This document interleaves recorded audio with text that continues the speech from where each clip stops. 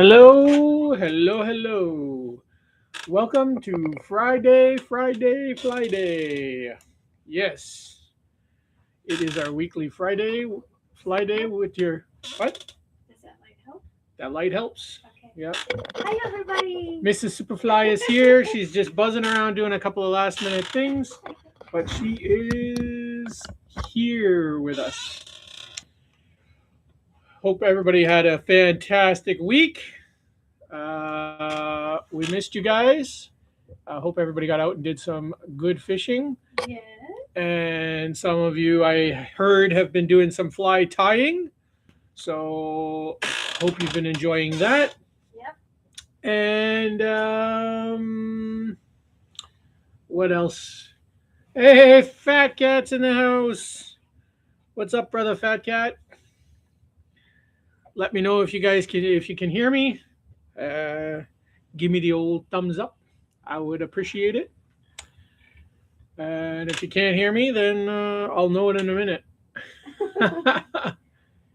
Hearing is good. Oh, Thank you, good. brother Tapeworm. Thank you, boys, for letting me know. So yeah, hope you guys have been having a fantastic week. Hope the smoke. I heard the smoke from our fires is bad. Oh my goodness. G-Man is actually live streaming right now, and his live stream is horribly full of smoke. So, G-Man, if you see this later, I apologize. And anybody who lives around G-Man or in parts of the states, we didn't start the fires, but they're burning, and us Canadians are sorry about that. So we don't mean to be smoking out our American brothers and sisters. So. But hopefully it gets better for you guys soon. And yeah, procrastinating for mowing the yard. Yeah, work always gets in the way of all the fun things. Yes. So I have a couple of things I want to. Hello, Mrs. Superfly. She's in the chat, up and running. The beautiful, the wonderful, the ever so lovely Mrs. Superfly's in the house. Jody. You're silly. I am silly, guys. I'm silly, but you know what? I love her, and Must have been the piece of pie you had. I had a piece of That you shouldn't pie. have The had. sugars got me all jittery now, and Yeah. when my sugars go high, I get all crazy. Yeah. Fat Cat says, "Hello, Mrs. Superfly." Hello. So, something I wanted to do today. We are going to tie flies, of course. One thing I wanted to show you guys how to tie scuds. So these are scuds, little freshwater scuds. They're really good for all kinds of panfish. Super good if you love fishing for trout. You can fish them under a float. You can fish them on your fly rod. Mrs. Superfly says, "Button up my shirt. I'm showing you my sexy chest." Nobody wants to see that. There we go. Anyways, yeah. So That's cute. they're super cute. They're super efficient. The fish fly. Oh, he just ended his live stream. You just ended it? Did you know that? No. Oh, I knew he was in darn. it. I knew he had a live stream. Oh. I hope you didn't end it just to come here. Everybody loves watching you fish fly. We really love your channel, man. Anyways, it's good that you're here though, because we're gonna tie up these little scuds. And something I wanted to show the fish fly. Now, I'm going to do a special video later on this week or maybe this weekend to show you how I tie this, but I'm not going to tie it live right now because it is a longer fly and I have been tying a bunch of grasshoppers, but I did tie up this fly, this grasshopper fly for the fish wee or the fly wee. Yeah. That's nice, Jody. This is in honor of the fly wee. So he got to pick Turn it upside down. he got to pick the colors. I like the green on the bottom. Yeah, That's he cool. wanted dark green and dark brown, and I put a nice flashy wing case in there for him. Wow. So yeah, nice red legs. That looks good, honey. Is a good fly, man. So, like I said, because I've been tying so many hoppers lately, I'm not going to tie this one right now on camera, Right. but I will make a dedicated video for you, Flywee, and I will post it up on my channel, and it'll be just for people who want to see how to tie the Flywee. The Flywee Super Hopper. Yeah. So there you go, big guy. And also, because of the Flywee, I want to start off my live today with showing this tool, which I have constructed. Uh, I kind of did it for the Flywee because he said he always struggles with putting his thread through his bobbin. So I'm going to show you guys how to make this. This is a homemade bobbin threader. You can buy them online, but you can make them yourself. Basically, you just push it through, put your line in, and pull it through, and it pulls your thread right out the top. So I'm going to start today's live with making this. For any of you guys who are fly tires and you're like also struggle with, you know, doing your line through here, you can buy these. They do come, like you can get them for like $3 on Temu. You can get them for 10, between 8 and 10 bucks on Amazon. You can get them in your local fly tying shops or tackle shops. So, but if you want to save yourself $10 and you have a bamboo popsicle skewer, which I have here, and if you have some wire, which I have here, then I will show you So how to make this. the skewer, are those like the things you make shish kebabs on? Yeah, this is a shish kebab okay. skewer. You know the ones you get with the little points and you put the shish kebabs on there? Oh, okay. Okay, so I'm going to show you how to make one of your very own. So, and then I'll have two, which I don't need, but. This wire is. And this wire, you can get it. It doesn't Like, have is to. it crafts or is it hardware? It's in a craft section. Okay. It's like a crafting wire. Okay. They make bracelets with it. They make different. You can get it at your local dollar stores usually. Okay. It's just a very cheap wire. Yeah. So any thin wire, but it's got to be a thin wire.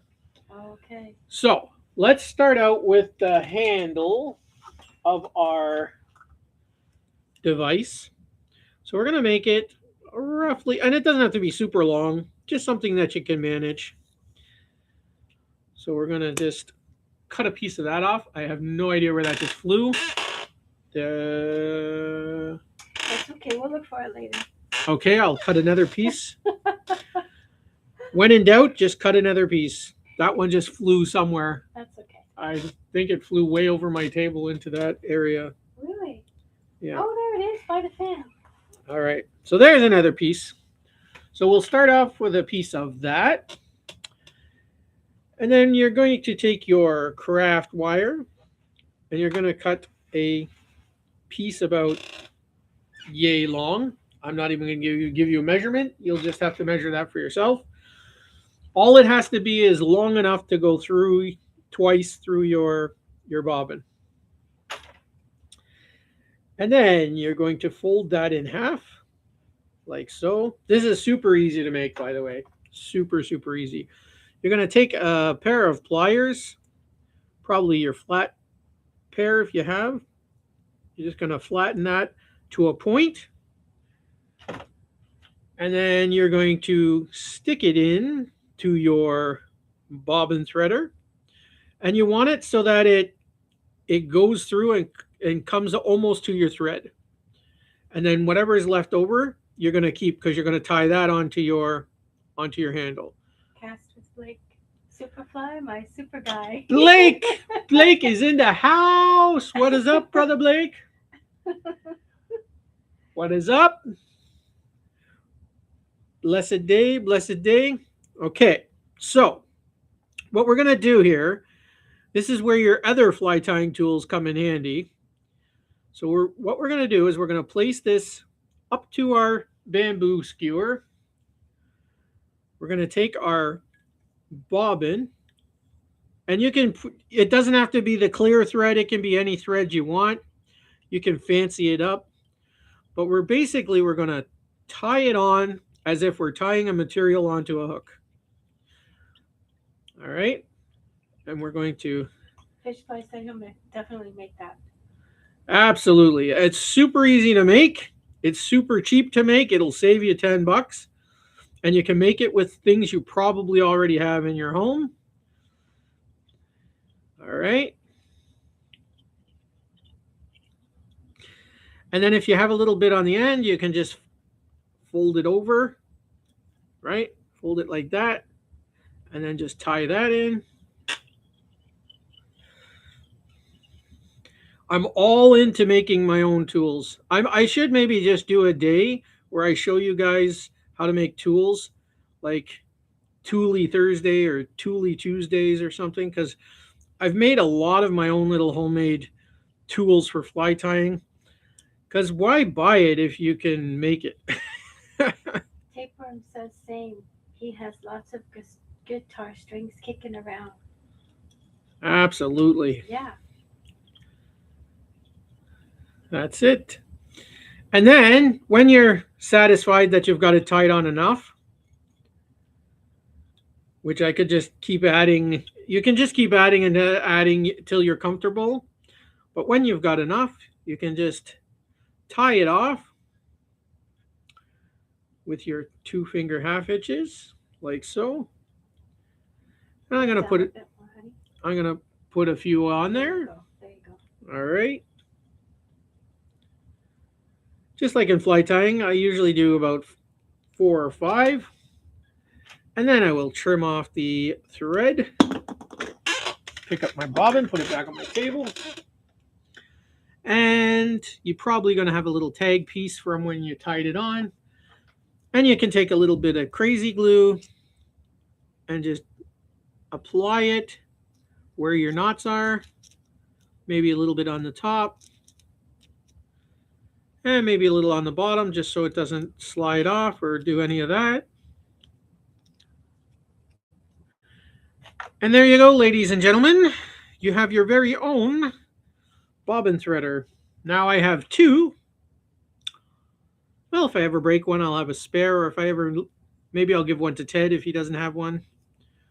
Or if I meet another young fly tyer, I can always give it to. Or maybe I can mail it in the box, the fly box, because it can bend nicely and fit into the fly box with the flies. And if you know anybody with who needs a fly threader, you can give it to them. He said thank you for explaining it, honey. So there you go, Flywee. I did that for you because you said you always struggle with it. So I don't understand what that tool is for. didn't you see me do it? No, sorry. I'm gonna show Miss Superfly because she didn't see me do it. So you take your threader and you put it in there, and you see you got a nice big gap instead of trying to get it in a little tiny hole. Oh. And then once you put it in there, you pull it out the top. Oops. 9 times out of 10, it works. Of course, when you're showing it online.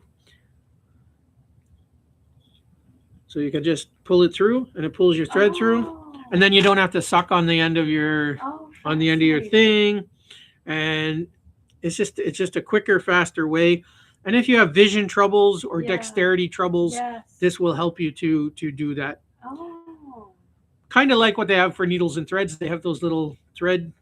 They have a little thing like this that you can use to thread a needle or thread your sewing machines. Yes.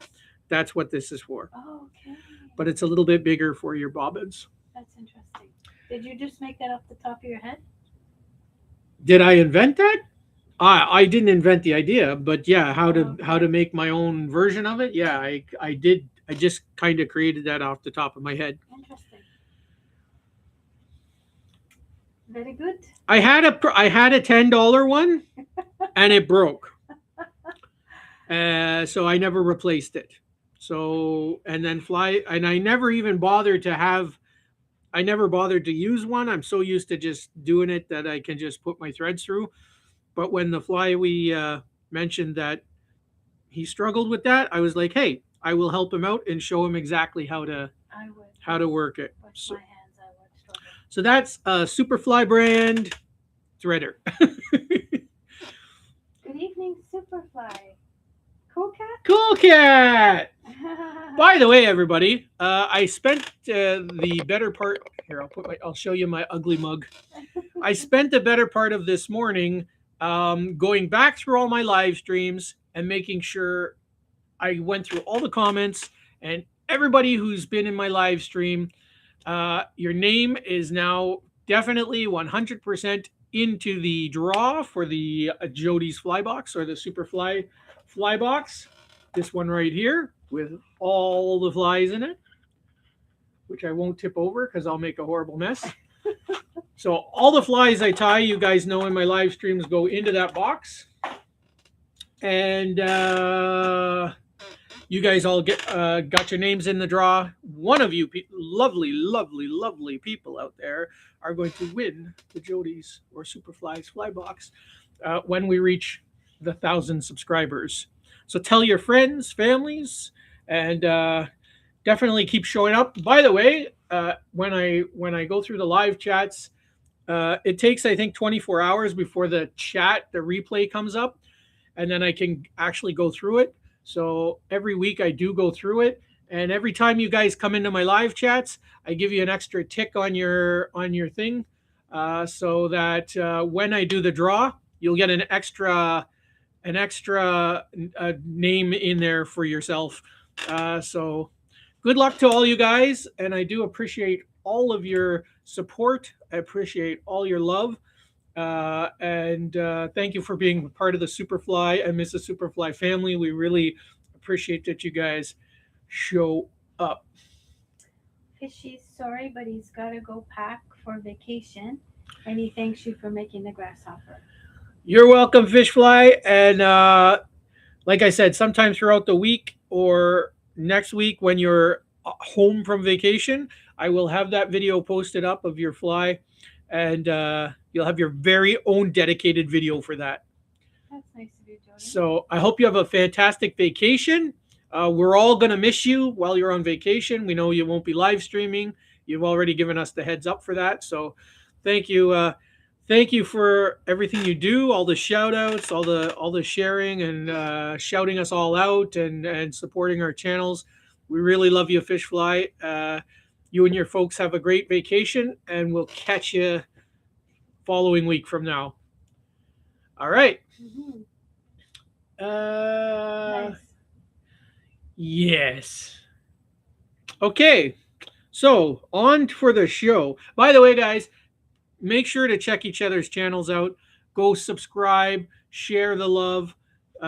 You guys are all incredible. There's some really amazing channels in here.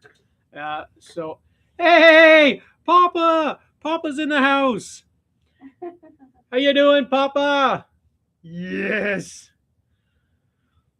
Papa. Yes.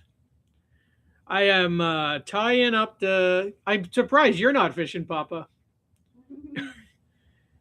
You guys are all watching me and not fishing on this beautiful Friday afternoon. Shame on you. Anyways, let me we're going to tie up this little we're going to start with this little scud. It's a crazy little fly, great for trout, great for all them panfish, good for the rivers, good for all the panfish in the lakes. And let me put my vise down so you don't have to see. Papa said he'll be fishing in the morning. Fishing in the morning. And he finally got the proper notification to get in on your live. Really? Yeah. Wow. And Blake thought you were leaving, but it was Fishfly that said I'm going on vacation. Because through the chat, he's like, "No, don't go. I want us to watch." No, Blake, I'm here, buddy. I just started. Yeah. I'll be here for a couple hours now. Yeah. You're stuck with me, buddy. Oh my goodness, Tapeworm still has a cast on, honey. Oh my gosh. Ah. Tapeworm, you'll have to put your rod in your mouth and reel with your wrong hand. That would be funny. You'll just be like, just...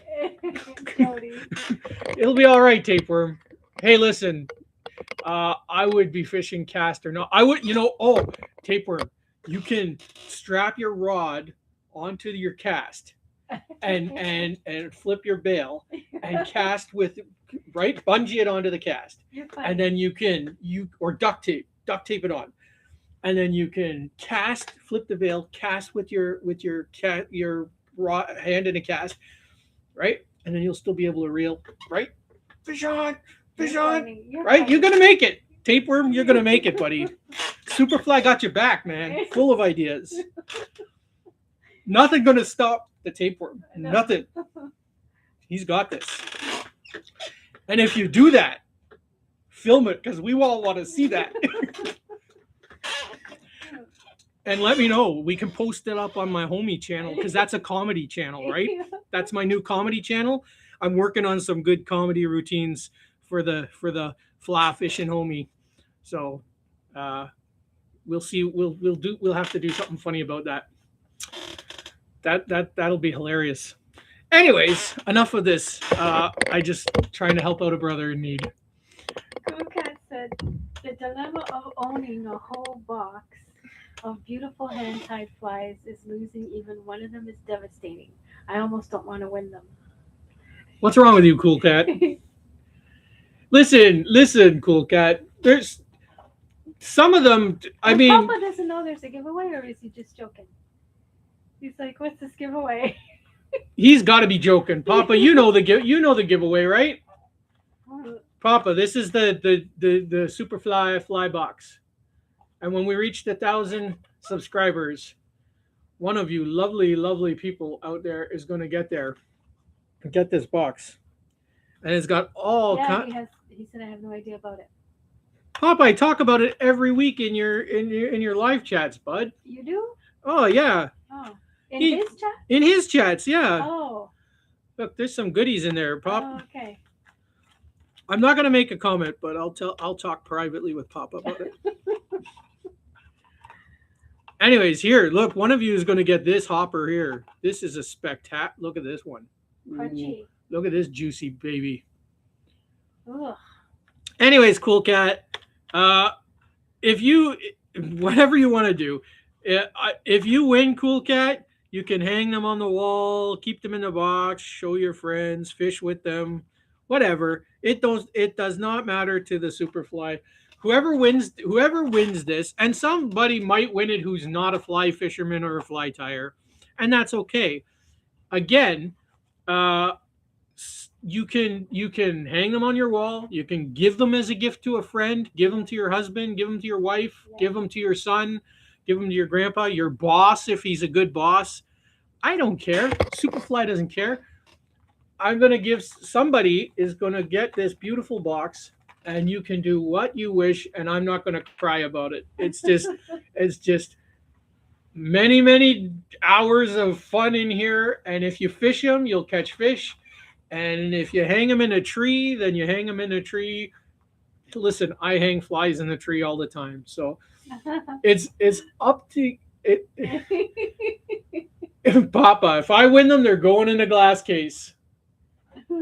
If Papa wins them, there'll for sure be a popper in there. Yeah, I like that fly. And if one of you wins and I've made you a fly for you specifically, I will make sure to sneak that one in there so that, because like you guys know, I have trouble shipping stuff. So I'm going to get a buddy to ship it to you who can ship through the mail. So when that time comes, I will make sure to if I've made you a special fly, it'll go in there and you will get your fly in the mail. So that's how that's going to go. But anyways, I'm going to do a new skit on my fly fishing homie with me trying to smuggle. We're no longer smuggling drugs over the border. We're smuggling flies now. I'll be me in a trench coat. Hey, buddy, you want to buy some flies? Anyways, keep your eye out because I got some funny things coming on the fly fishing homie. So go check that out. The fly fishing homie. Hello, Mr. Ferg. Ferg! Hey, buddy. Ferg's name's in the draw, too. It could be Ferg. Ferg might get a bunch of flies from the Superfly. I know Ferg really wants some flies. Ferg's making a big collage of like different flies and lures and jigs and all kinds of things from all his fly fishing friends. Nice. So hopefully, I'm rooting for you, Ferg. I'm rooting for all of you. You guys are all amazing. Anyways, enough of the talking. I'll let Mrs. Superfly monitor you guys. She'll babysit you guys in the chat. I'm going to tie this wonderful, wonderful scud, which I have caught many, many trout on and panfish. And it's just a tiny little, scuds are very tiny little things. They're not very big, but they're mighty, mighty flies. So let's get this guy out of the vise. We'll put him over here. Papa said Superfly, stop talking. Stop talking, Superfly, and get your work done. We all came here to see you tie these artistic things. Okay. All right. I've been told, Papa. Okay, so I guess I should tell you what size hook. That would help. To be honest, it doesn't matter. Oh? Just Well, you said it's got as tiny. they so are it doesn't matter. tiny, so it does matter. It's a size 8. It's a size 8 hook. Yeah. By the way, guys, did I ever show you these hook gauges that I made? I made these hook gauges on the computer. They got my logo on there, Fish on Canada, and all my information on there, and some of the flies I tied.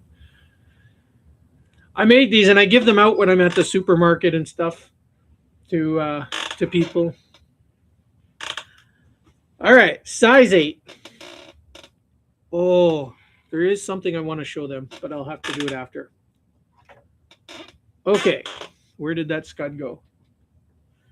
All right, we're going to start with our black nylon thread. And we're going to tie it on right below the eye of our hook, and we're going to bring it all the way back down to the back of our fly. And then we're going to run it back up again. Okay, so this fly is very interesting fly. So what I have here, ladies and gents, is a piece of plastic tablecloth. You know that clear plastic tablecloth you can put over your picnic tables and whatever? I have a piece of that, and I'm going to use this for the back of our scud. And you're going to cut a 2 millimeter wide strip of that. And I'm guesstimating that's how much it is. It could be a millimeter. I just eyeball it. You guys know I'm horrible for that. So what I'm going to do is I'm going to place the strip below the eye, and then I'm going to tie down around our scud, and I'm going to tie it all the way back to the back of our scud, and then I'm going to take my cradle, my Walmart special cradle. I'm going to lift this up just a teeny bit. Give me 1 second. There we go. And I'm going to put my cradle on my thing. I'm going to take my bobbin, place it on the cradle like so. And this is going to be the back of our scud. All right. But we're going to just leave it folded back because that's pretty much the last step. So the next thing we're going to do is we're going to take our ultra fine clear nylon thread, and we're also going to attach this onto our fly because this is what we're going to tie all our materials on with. And the black thread is going to be the body ribbing of our scud. All right. So what we're going to do now is get some white. Whoa, whoa, whoa, whoa. Drop all my hooks on the floor. Spectacular. You guys didn't see that, okay?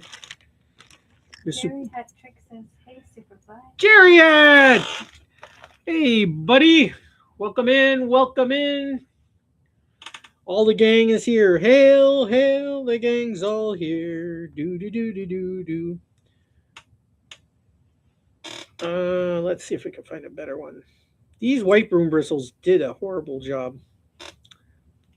Anyways, by the way, guys, anybody is really super curious, I did a video for um, how to harvest broom bristles off of a broom handle so that you know how I get my broom bristles. And it was on these red ones that I just bought for grasshopper legs. I was so excited. I have red broom bristles, but I found some that are medium thick, and it saves me a whole step in painting grasshopper legs, so I don't have to paint them red. Woohoo! I'm a little high on sugar, guys, so you'll have to forgive me. Okay, so we're going to take 2 of our little thin white broom bristles, and we're going to place it on our hook. And you want them to stick out probably about 5 millimeters out the back. You're probably going to trim them at the end, but because they're so ultra fine, you want to just have that extra bit because they're easier to work with. And basically, once you tie them in, you're going to spread them apart, and those are going to be the back little legs of our scud, because scuds have 2 little like antenna like back legs and 2 little antenna like front legs. I'm going to trim this one off the front because it was not a very good broom bristle to do it with. It was fraying, and I don't want it to fray.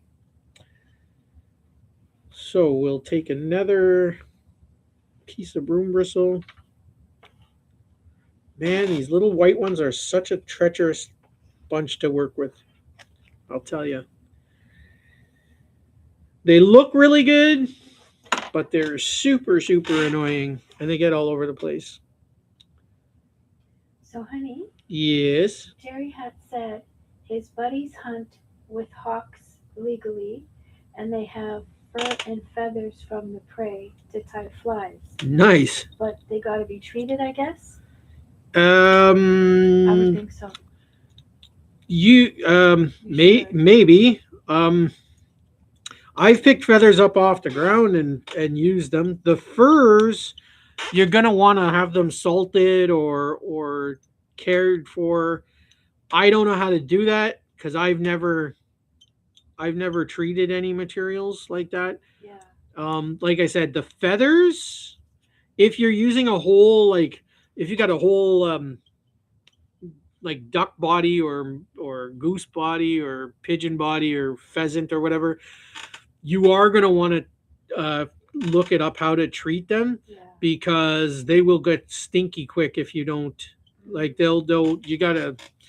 I don't know how to do it, but you are going to want to do that. All the materials I use have been already treated. Yeah. Most of them are either store bought or the person who I got them from treated them for me. Right. So yeah, but 100% Jerry, you're going to want to get them treated if you get them fresh. But what a wonderful score if your buddies are giving you materials, because they're super expensive in the stores. So if you're saving money, good on you. I got like peacock feathers from a teacher when I was a kid. He raised all kinds of pheasants and peacocks. I got a garbage bag full of deer fur from a deer hide. And again, one of my hunting buddies treated it for me. So I was really, really lucky when I was a kid. I got all kinds of tying materials. So anyways, I tied in 2 white broom bristles off of the back and 2 off of the front. So those are the antennas. The next thing we're going to do is grab a thick black broom bristle. If you have it. If you don't have it, then you can use monofilament. But I'm going to put bead eyes on here. And I'm going to get 2 that are a little bit thinner than I normally would. So these 2 right here. And I'm going to make a pair of dumbbell eyes with these. You guys have seen me use these eyes a lot.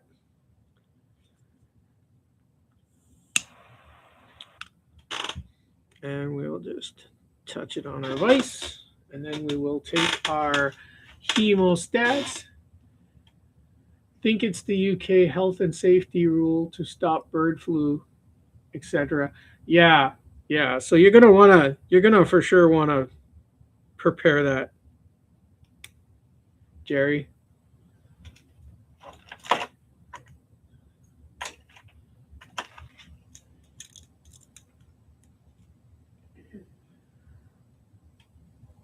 Okay, so we put our hemostats in the center, and then we're going to melt the other side, and then touch it down on our vise like so. By the way, this beautiful scud will be going in the box. Unless I mess it up horribly, then it won't be going in the box. But we all know I'm not going to mess it up, so. And now we're going to tie it a couple millimeters below the eye of the hook, like so.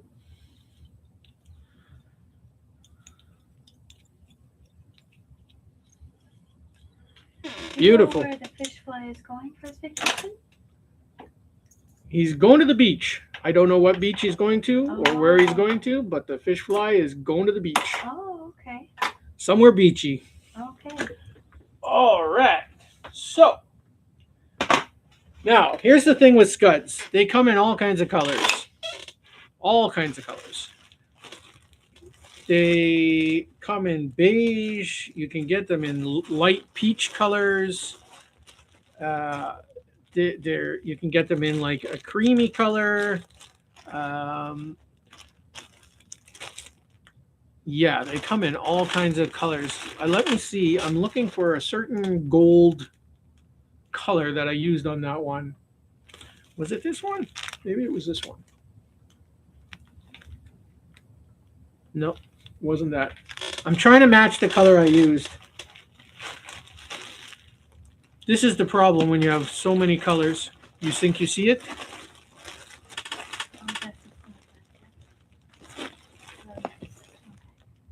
No, it's not that.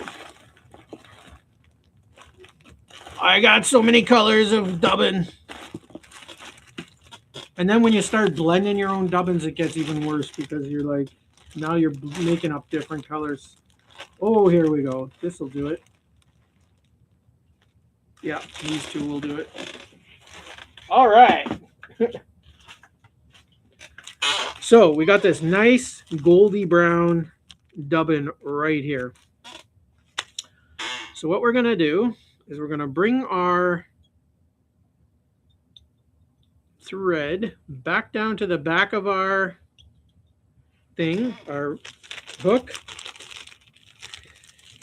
And we're going to take some of our golden brown dubbin. Jerry said he's seen guys in the UK grind the dubbing up Superfly. Yep. Is that what you do? How I make my wool dubbins is I take a coffee, like a blender. It's called a magic bullet. Yeah.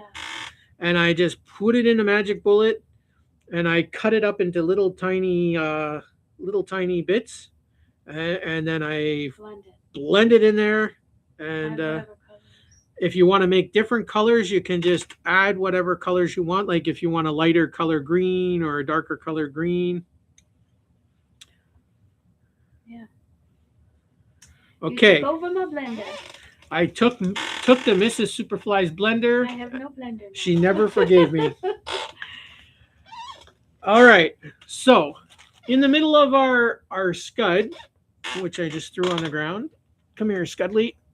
Oh. So I put this little hot spot here in the middle of our scud. Now, it can represent a couple of different things. It could be the eggs, or it could be the heart of your scud. And you don't necessarily have to have that. You can just leave that part out if you want. But if you want to put it in, then you can put it in. So you can take some orange wool dubbing and make a little noodle, like I did with the brownish gold dubbing. And then right in the center, you can put a little tiny hot spot which represents Oh, the heart. I wouldn't forgive him either. What? He said he grinded ground bait up in Mrs. Hattrick's food blender, and she still hasn't forgiven him. Oh, Jerry. Oh, Jerry. Trudge says, "Good afternoon, Superfly family." Mr. Trudge, Mr. Trudge. And Rooster Tails Outdoors says, "Hey, my friend." Hello, Rooster Tails. Hello. I was in Rooster Tails' first live stream this morning. Yeah, you were. It was spectacular. If you guys have not checked out Rooster Tails Outdoors, go check him out. He's an incredibly great guy. He is a man of God. He is a wonderful human being. I am proud to call him brother. Nice. Yeah, spectacular. Okay, so we have our fly assembled. So the next thing we're gonna do, I'm looking for my brush, my dubbin brush, because I want to brush out the dubbin. Here it is. Oh, he said, "Thanks for joining, my friend," but he got banned for his son being there for the first live. No. Wow. Yeah, Rooster. You know what? They're. You know what? YouTube is going all scorched earth on us YouTubers for having our kids on there. Wow. I don't have any kids, so for me that's not a problem. But even if I'm out, you got to make sure if a kid walks up to you and talks to you, you're not filming them. And Yes. yeah, Yes. the rules are just so. And here in Canada, for sure, I don't know about you guys in the States, but here in Canada, they want to go like they do in the UK and ban kids under 18 on the internet, on YouTube. Uh, so they want to have every single person. This is their excuse to get us. They want every single person to identify and get on that stupid digital ID, which your brother, the Superfly, will not be doing. Uh, and if that happens and I disappear, you guys will understand why. But their excuse is we got to keep the kids safe. They don't care. Our governments do not care about the kids. And if anybody believes that, you are being really misguided because they just want us on digital IDs, and that's their way to do it. To say everybody's going to need to get on a digital ID in order to go on the internet or on your cell phones or anything. So it's an end time trap, people. It's an end time trap. But for now, we're here together as a family. And just know that as long as I can be, I'm here for you guys and with you guys. And I'm sorry that happened to you, Rooster. I really am. That's it's not fair. It's not right. And as a parent, you should be able to decide whether you want your kids online or not. I can understand if it was somebody else's kid, but your own kid, you should be, as a parent, be able to make that decision. So anyways, I did get to see you guys. You guys were adorable. Your son is amazing, and you guys he's so cute, and it was a really nice live for as long as I got to see it. Anyways, so Owen said hello. Owen, Owen's in the house. Owen. Anyways, I'm gonna brush out this thing. By the way, all you guys are in the draw for the Jody's fly box or the Superfly fly box.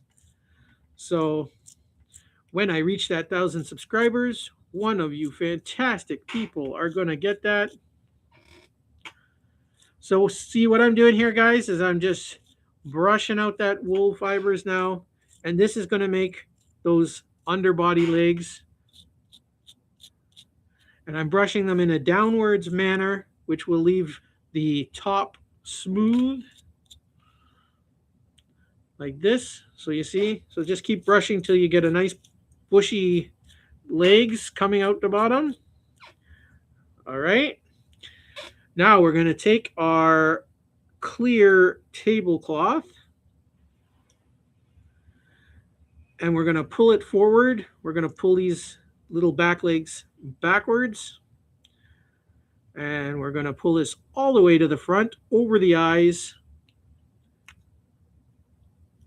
And we're going to tie it down right at the eye of the hook, leaving those two little front antennas free at the front, like so.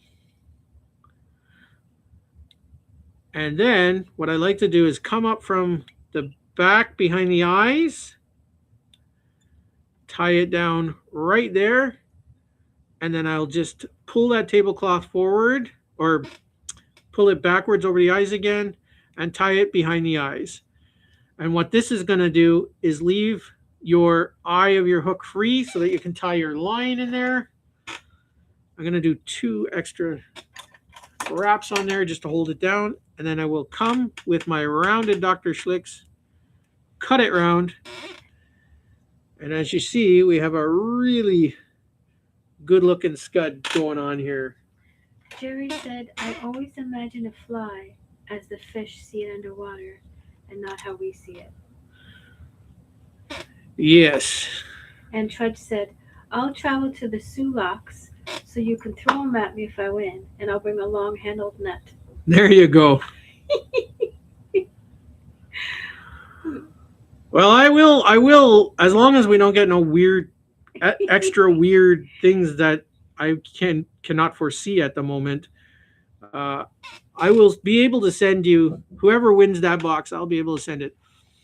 Okay, so I'm going to tie off this clear one at the front. We're done with that now. Like, honey, is this one tinier than the original you showed us? I think it's about the same size. Oh, the original you showed us looks longer. He looks longer? Yeah, and skinnier. Is that because you're not done? See? Right. I'm not sure why he looks bigger. They're on the same size hook. Okay. It's the same pattern, though. If not, it's just a smaller scud. Oh, Mom's here. Mom's here? Yeah, happy Friday. Hey, Mommy. Hello, Mommy. Mother of the Superfly.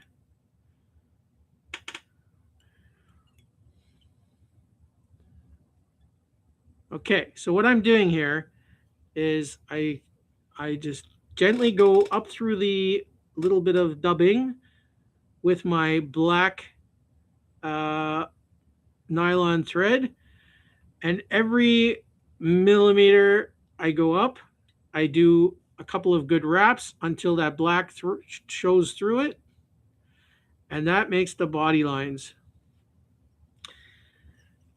And I think the Miss Superfly is right that this is somehow a smaller fly. Yeah, it is somehow smaller and chunkier. Somehow he's a smaller, chubbier fly, but it's pretty much the same fly, really. And now I'm going to trim off that. I'm going to go in with my dubbing brush, and I'm just going to go underneath them and just make sure all those little leggies come out like so, because you really want those leggies to be leggy. And then I will trim them flush with the hook.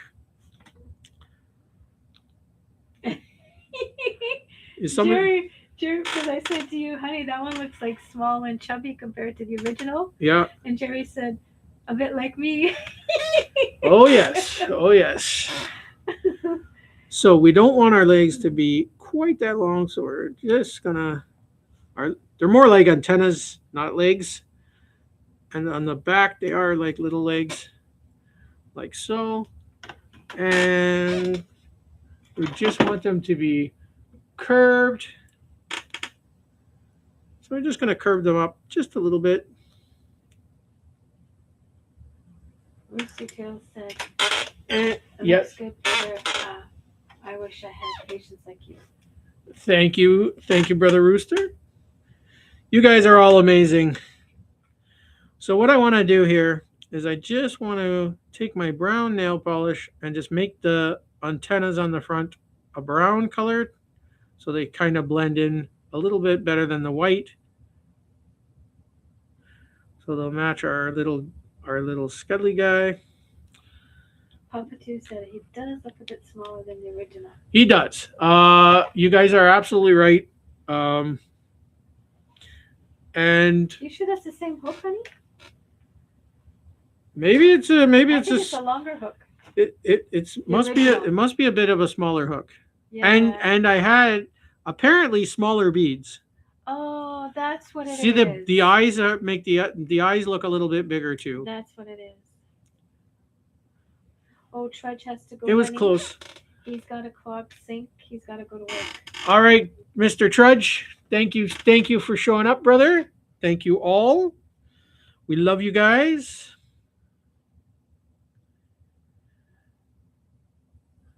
And now I'm just going to take my clear nail polish. I'm just going to go over the back and touch the eyes just a little bit. And that will just help seal everything in and glue in those little tiny eyes. Ta-da! And it's a very fishable little scud with ginormous eyes. But the key thing to this fly, or any fly, is that it looks buggy. So it still looks very buggy, and it's a tiny bug, and that's why all those little fish will still come in and eat it. Papa said, "Wait, how did you tie that off, or is it just loose?" How did I tie what off? I don't know. What did you just do? Because I was typing in the chat. The thread? How did I tie off the thread? You want to see me tie the thread? So if your thread is on there like so, let me just put it on there. By the way, it won't hurt to do this. So if you have your thread on, Papa, like this, and you're ready to tie it off, you pick at the point where you want to tie it off, either at the eye, or in this case, I'm tying it behind the eyes. You can use a whip finisher, but you can also take your two fingers, put it on your thread like so, do a twist, twice, two twists like that, and then you can adjust where on your fly you want it to go, and then you can just tie it off. And wherever you tie it off, you want to do that like at least 3, if not 4 times. And then it'll be really, really locked in there. And then you can take your scissors, go up and trim it off.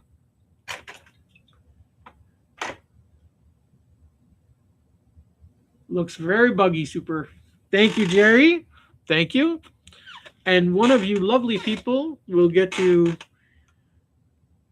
fish it, or whatever it is you want to do with it. You can frame it, or cast it, or fish it, or give it away. Could you imagine you guys win the box and give it to somebody as a gift? They're going to be super jazzed. I better leave that in the thing because it's still drying a little bit. I like the other one with the smaller eyes. Yes. Maria likes the smaller eyed one. Yeah.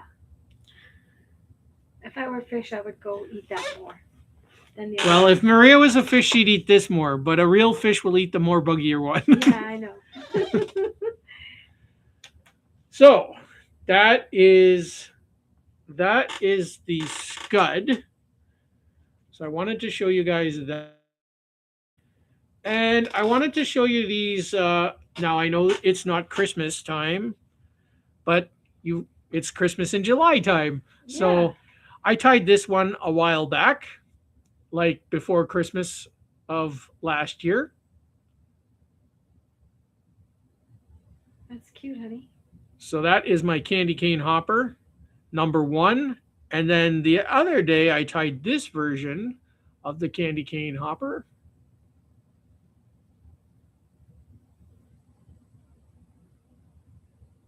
I like the first one.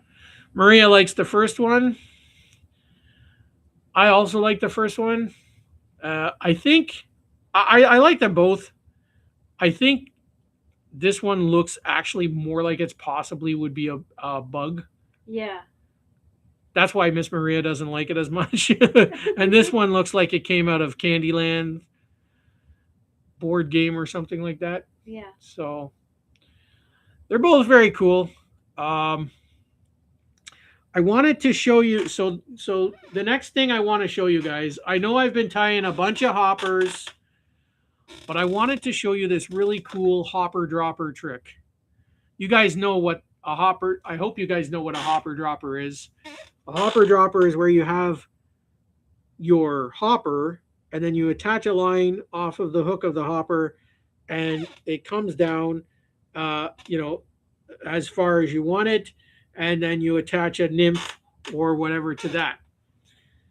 But I seen it somewhere, so it wasn't my idea,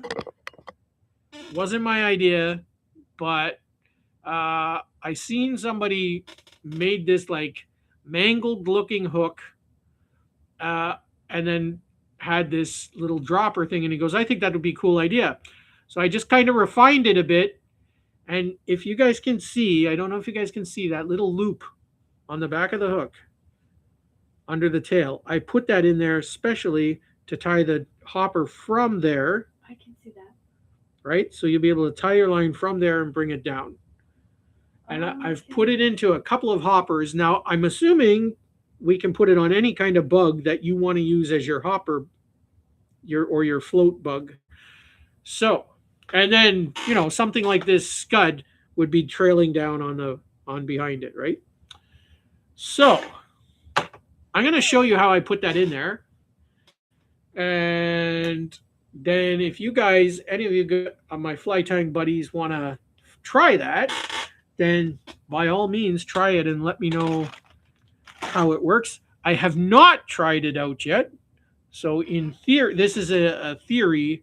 On Monday, I am going to try it, and I will let you know how that works. But I am going to show you now how to attach that to the hook, and then once you attach it to the hook, you can pretty much tie anything off of that after. Honey? Yes? Mom is asking, can she fish a hopper on her fishing rod?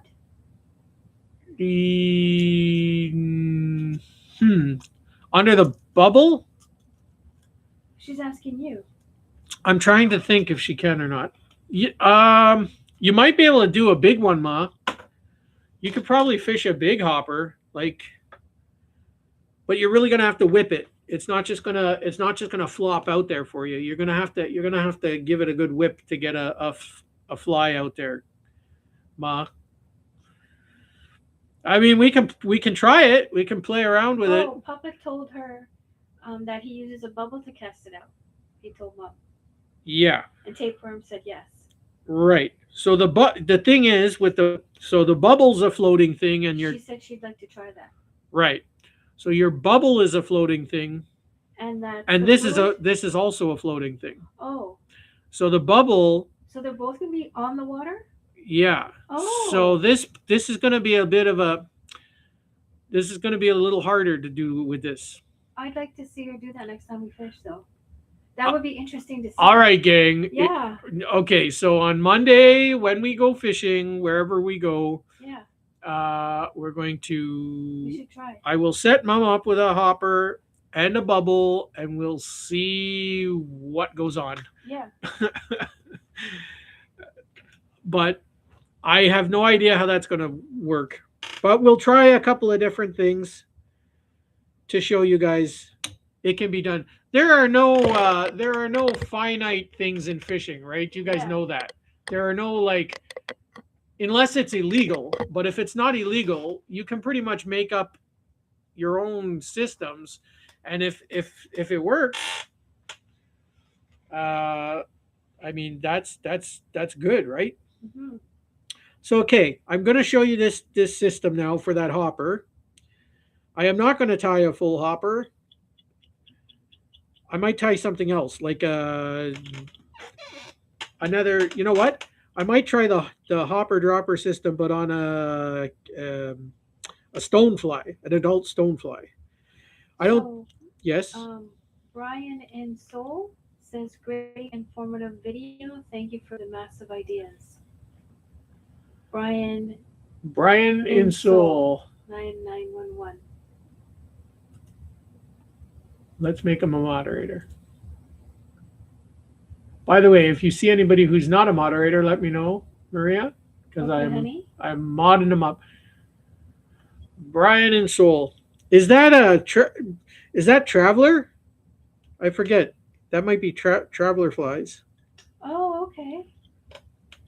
But either way, because Traveler Fly said he's going to get a secondary account because his other account he. Oh, yes, I remember.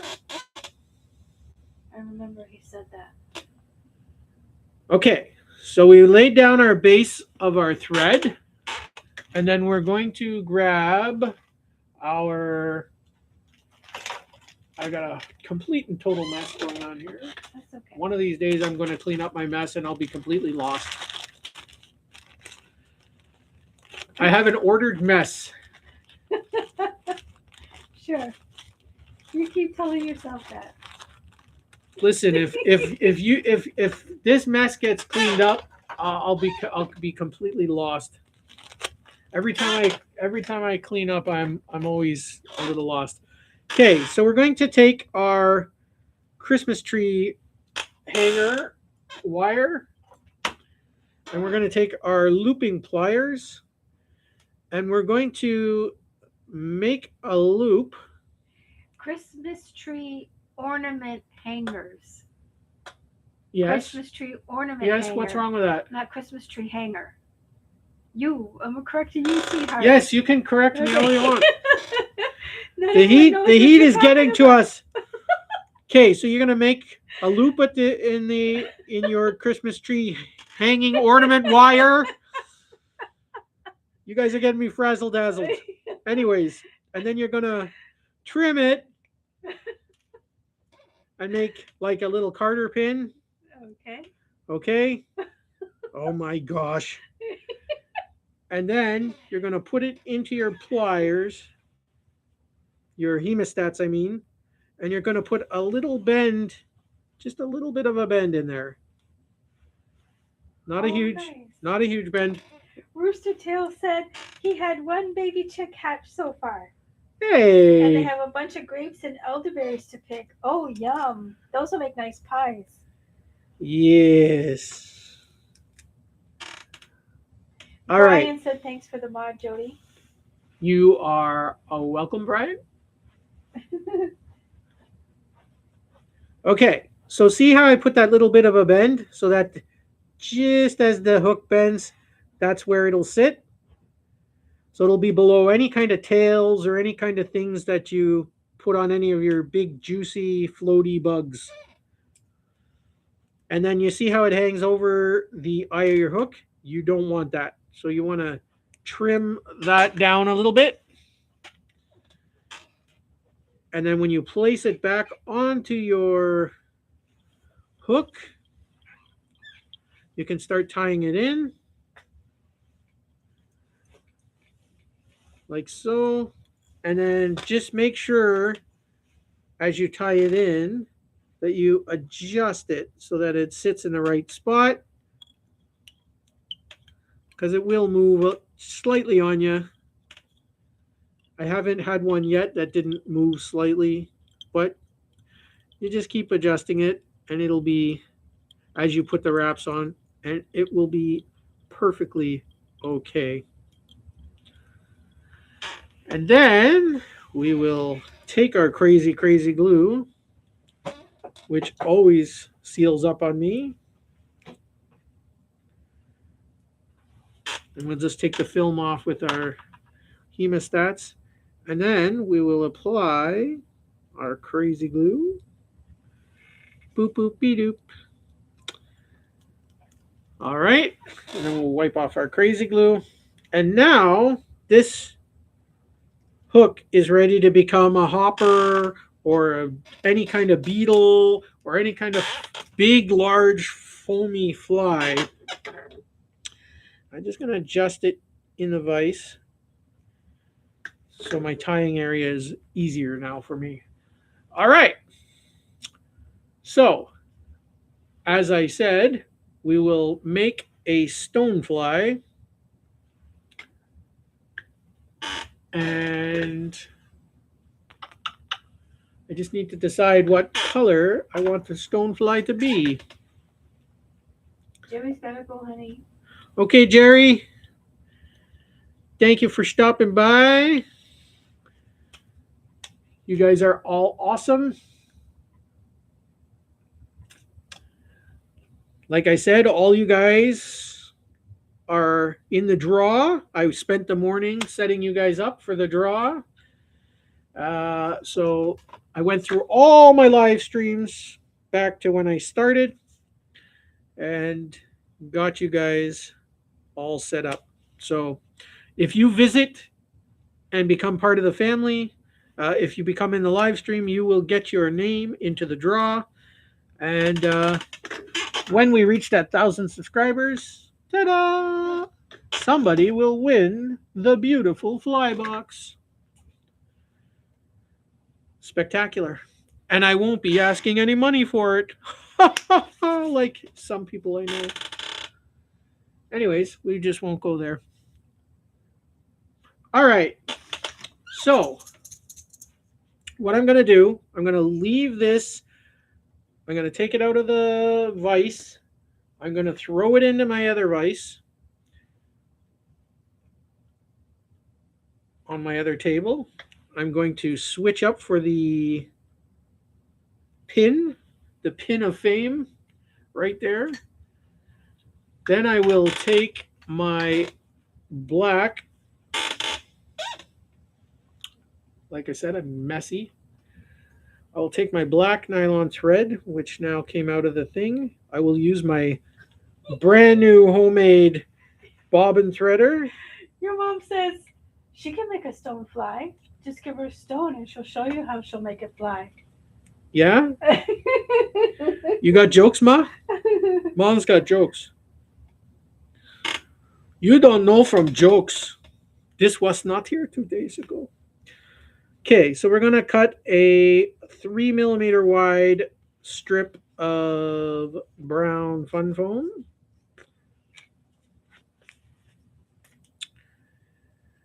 And we're going to figure out where the center is by folding it in half. And we're going to jam it in through the thing and slide it down to the end, like so. Ta-da! And this is going to be the abdomen of our juicy, juicy stonefly. So we're going to attach our thread. And we want our body, stonefly body, to be about that long. I'm eyeballing it here. We're going to take a piece of yellow broom bristle, medium thick, and we're going to tie it in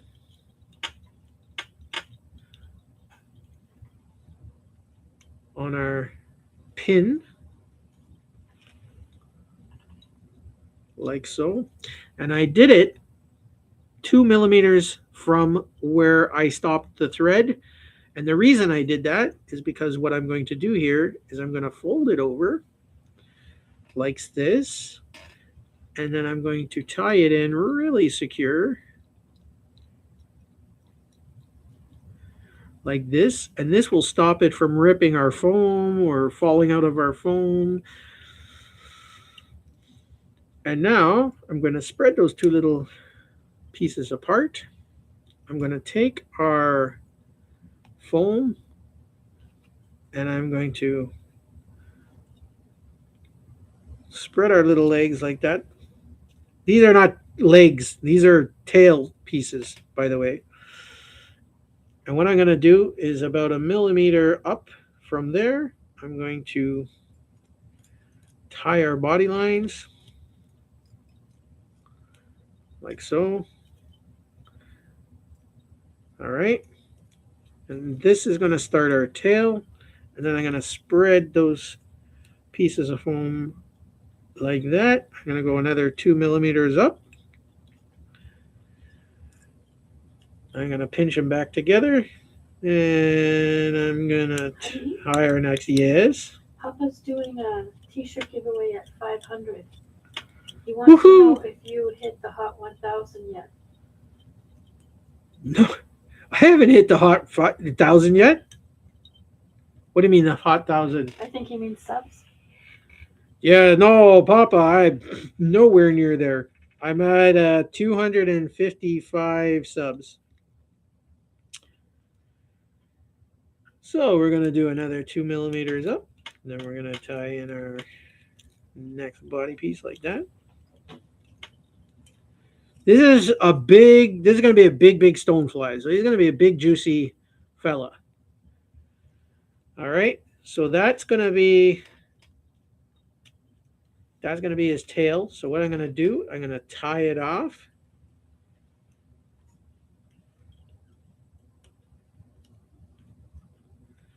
Like so. Boopy doopy doop boop boop. And then with my two fingers, I'm going to pinch at the end. And with one quick swoop, ta-da! I pull it off the hook. And now this part will be ready to attach onto our hook. So we can take our pin out, put our... So the good thing about the hopper dropper system is that you have two chances to catch fish versus one. Plus, so your top water hopper acts as an indicator. Plus, it holds up your fly. And if the fish do think it's tasty looking, which they more often than not do, they will take the top water versus the nymph. So either way, whether they take the nymph or the top water, you will catch the fish. Brian said thanks for the family warm welcome. Oh, you're welcome, Brian. And I'm not sure if Papa is saying Brian sub to you bed like you or someone else. Papa subbed up to Brian. Okay. So Papa said, Jody, may I ask why you started that on a pin, or should I keep watching to find out?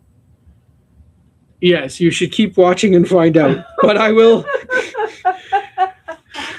Papa, you should always keep watching, Papa. Red Rooster says hi. Hello, Red Rooster. All the roosters are in here today. Mm-hmm. And for all my rooster friends, cock-a-doodle-doo! Jody's Sharpe. What? What? You're funny. Well, they address me with buzzing and tripping because I'm a Superfly, so I address them with cock-a-doodle-doo. Well, you do buzz and trip. I do buzz and trip, I do. Okay, so I was actually surprised how large some of these stoneflies are, both the nymph stage and the adult stage. I was quite surprised. So they can be quite large. So this is going to be a very foamy buggy. So I'm kind of making this up as I go because normally I would not have that loop there, but because I'm inventing. So we're being all creative here, right, guys? You know that, right? So I'm going to have to cut a small little slit in there. So I'm going to be doing surgery on this fly. And normally I just poke the hook through and tie the body down. But because I want that little loop there, I gotta make a little incision, and it won't hurt him a little bit. No flies were hurt in the making of this film. Okay, so I cut the little slit, and if I am correct in my assumptions, when I put that hook through there, that little loopy will go through there too. And if I am incorrect, then I made a mess. Come on, hooky. Go through there. Okay, the hookie's through. Yay!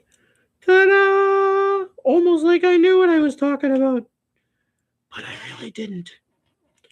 It went through, guys. It went through. All right. Fantastic. That I'm so happy when things like that work out. All right. So what we're going to do, I'm going to bring my thread back up to the bend of the hook, and I am going to tie in that little body section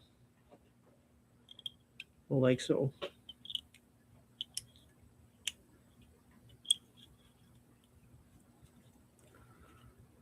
Yes, yes, it worked out just fine. But you know what I'm going to do?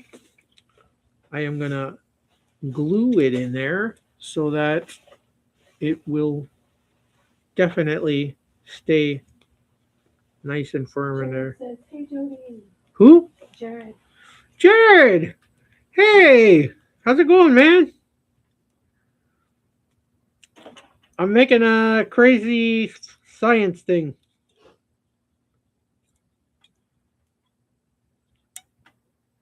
I will replace those loops. I'll take the cap out of my mouth so I stop sounding like a cartoon character.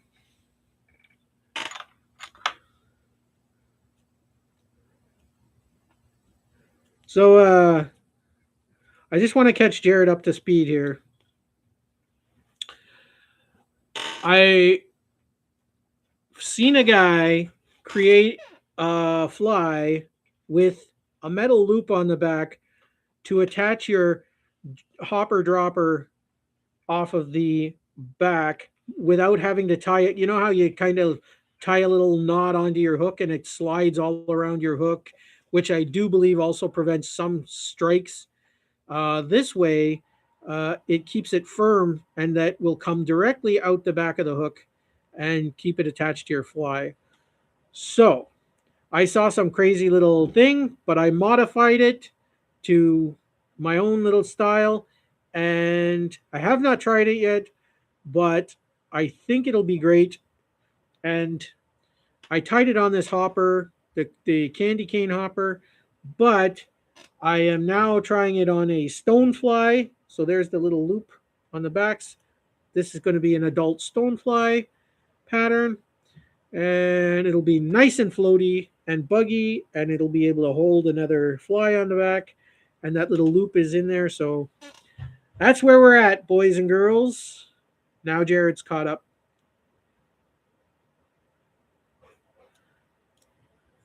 And I'll fix this. This is way too long. I'll fix that later. All right. So our abdomen of our stonefly is tied in. So the next thing we're going to do is tie in some legs. And because he's a brown stonefly, we're going to use yellow broom bristles. And we're going to paint them brown. These yellow broom bristles take almost any color really, really well. So what I want to do is I want to just push that back like so. And I will use this little tiny piece of wire to just hold it like that so it doesn't get in my way. See? And then I will tie in the back legs, and I tie them on the underside of the hook. Do do do do do do do do do do do do. Honey, Yes. Jared says he does this as well, but he uses 25-pound monofilament, monofloats, and wire sinks. So it just helps keep the fly on top better. Same concept though. With you mean at the bottom of the loop, Jared? You mean that little loop that I made? Just give him time because you're a bit delayed. I'll give you time. I know I am a bit delayed. There's a silly delay in the video. Technology is great, but I love when the person doing the live starts saying goodbye and you go to type, hey, goodbye, nice being here, and it cuts out because they were like 10 seconds or 5 seconds faster than you were. He said, talking about the loop itself. I make a mono loop instead of the wire. Okay, I gotcha. Gotcha.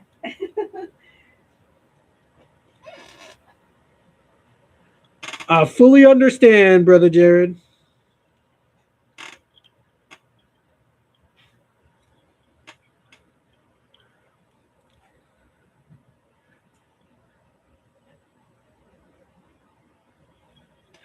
I'm assuming if they were a really really small fly that the mono loop would be better for that. Um, but if you're making a really juicy bug, like some of these hoppers that I make, they're foamy, like they're almost unsinkable. So like a little tiny loop, eh, like if it's metal, I don't think it will really matter. But if it was a small, like if you're doing a smaller hopper dropper system, then for sure you want to make that fly as light as you possibly can, because anything can bring down foam. Like these little glass beads, you don't think they weigh that much, but surprisingly they do. And if you're using a small foam bug, they'll definitely bring down a small foam bug.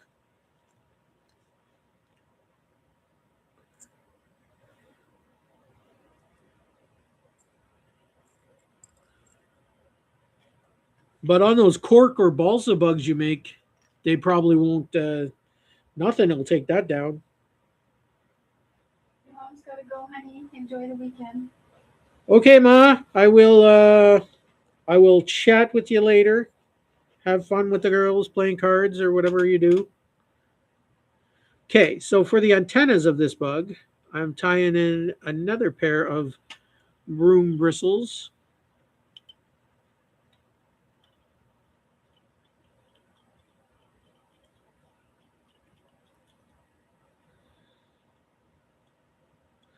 Just give them a little separation there. Real Monsters here from Minnesota. Real monsters in the house.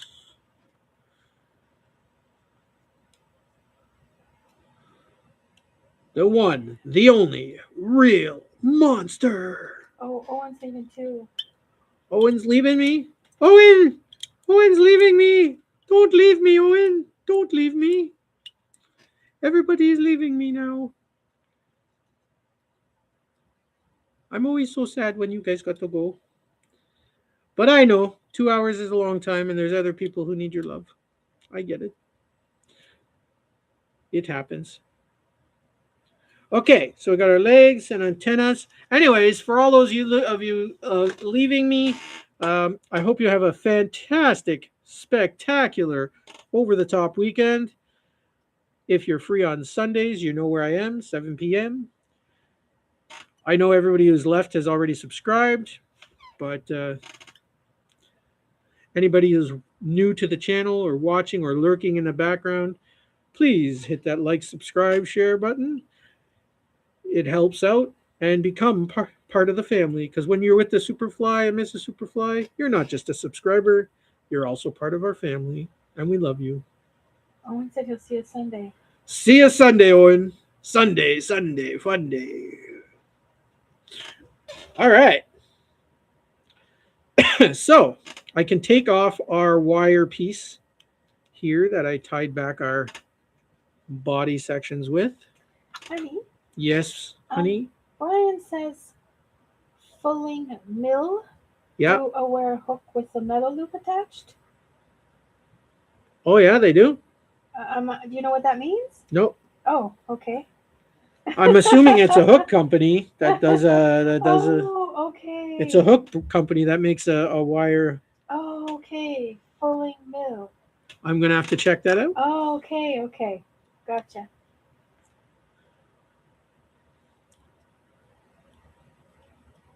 But they probably want a lot for it, I would imagine. So Probably. So that's why, boys and girls, I showed you a way that you can do it without spending a lot on hooks. And again, you can also Jared, our brother Jared. By the way, if you haven't subscribed to brother Jared, go over and subscribe. He is a fantastic human being. I am proud to call him my brother. Uh, and he ties some really crazy vintage flies. Uh, and if your river runs through it, every time he's in here, I say it. I know. If you're a river runs through it nerd like we are, then definitely go check out Jared because he ties some flies from that movie and he ties them exactly in the style of the movie. So if you want to see that, you go check out Jared. His channel is incredible. So, honey, you're right, because Jared said a fulling mill makes all sorts of fly tying material. Yeah. And did you know Red Rooster had surgery? So his knee is killing him. Oh, Rooster. And guess what? The fish fly is back. The fi- you finished packing? I guess so. You're all packed up? Now you're waiting on mom and dad, eh? All right. Jared said, thank you for the shout out, Jody. I'm always going to shout out my brother Jared. Yeah. And since the fish fly is back, I'm shouting him out. Yep. If any of you guys who are just joining us or whatever have not checked out Jared or the fish fly, the Flywee, go check them out. They are two fantastic fly tires. They have amazing channels, and they are just two fantastic guys, brothers in Christ. They are good guys, and you will not be sorry, I promise. I'm not sure I explained all this as I tied it. I got a little in my own head, I think, or and talking with you guys. But anyways, I tied down the underbody and I tied the upper body and I tied in the legs. I crazy glued them all in. Now we need some wings. Ba-ba-dum. So for the wings, we're going to use a piece of plastic. I got this. You can use projector sheet plastic, or if you get like this is off of a headphone box. This is a very thin plastic. So I will make the wings out of that. Right about fish fly. He's all packed up. He's just waiting to leave. He's all He wants packed to up. watch you. He's all packed up, waiting on the folks. It's like I'm gonna watch the Superfly. I love you, Flywee. Flywee's a good kid. Like I said, if you haven't subscribed to the Flywee, go subscribe to him. He's amazing. Okay, so I'm just gonna kind of eyeball this. I want it a little, just a slightly wider than the body, like so. And I'm gonna round it off at the end to make the little wings, like so. All right. Brian is asking if the leg material is nylon. You know what, Brian? I can tell you they're broom bristles. Well, they're not straw, honey. They're not straw. They're not straw. So they gotta be nylon or there's some sort of plastic. But they're off of your standard broom. Yeah. If you guys start tying realistic flies with broom bristles, there are a gajillion types of broom bristles. Gajillion. And I'm going to show you how I harvest them off of the brooms. When I'm done this video, I'm going to post my video of me harvesting them. But you got these little fine broom bristles in green. You got these thicker ones in a yellowish lime green. These are a very thick broom bristle. You got super fine red ones that I use for antennas. I also use these fine green ones for antennas. You got the fine black ones. What else we got? We got those yellow, medium thick yellow ones, which I use a ton of. I've got really thick black ones that I use for the eyes, uh, for making like eyes and stuff. I got these thick, medium thick. Tapeworm said so. You can just walk into Walmart with scissors.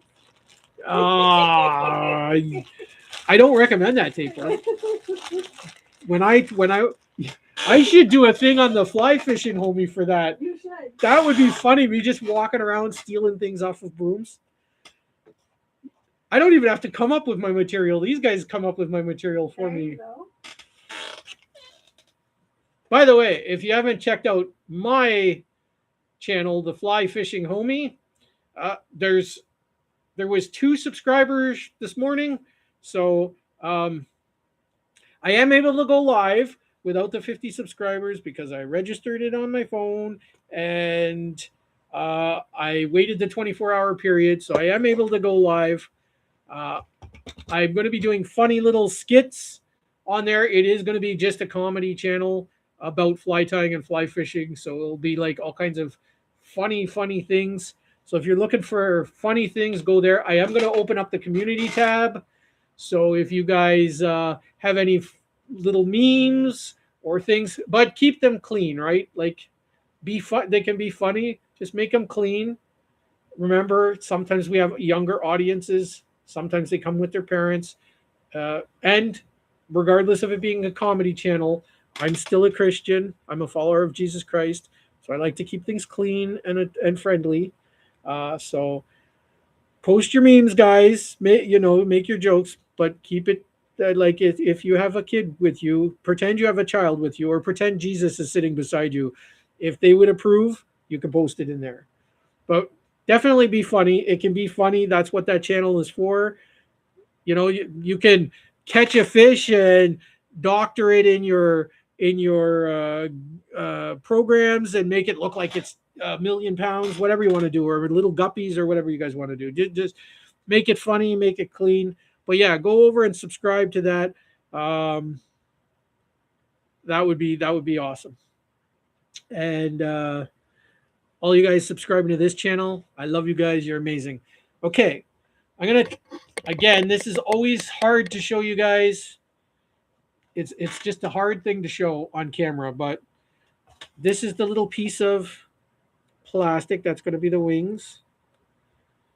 And we're going to take our etching tool or our awl or whatever you want to call it. And all we're going to do is take it and we're going to sketch little stripes in there. And I'll hold it up. You see the little stripes, the little lines going in there? These are the lines of the wings. And I'm just going to do the rest flat. You guys kind of get it. And I'll hold it up. All we're doing is just scratching those lines in there. And this is just making the wing lines. If you want to get really super technical with it, you can print yourself out a little template. I often do use like if I'm really going for super realistic, I will do this. I will use the template. I've got all the different wing patterns and stuff. You can sketch them exactly, but I'm not doing that today. This is one of those not rocket science kind of flies. So what I'm going to do, I'm going to take my yellow Sharpie marker. Oh, no, sorry. I'm going to take my black Sharpie marker and a piece of paper towel. And I'm going to try and show you guys this. We're going to take the marker and we're going to go over the entire wing with our Sharpie. And we're going to try and be as quick as we can. And then we're going to take our paper towel and we're just going to wipe it off. All right.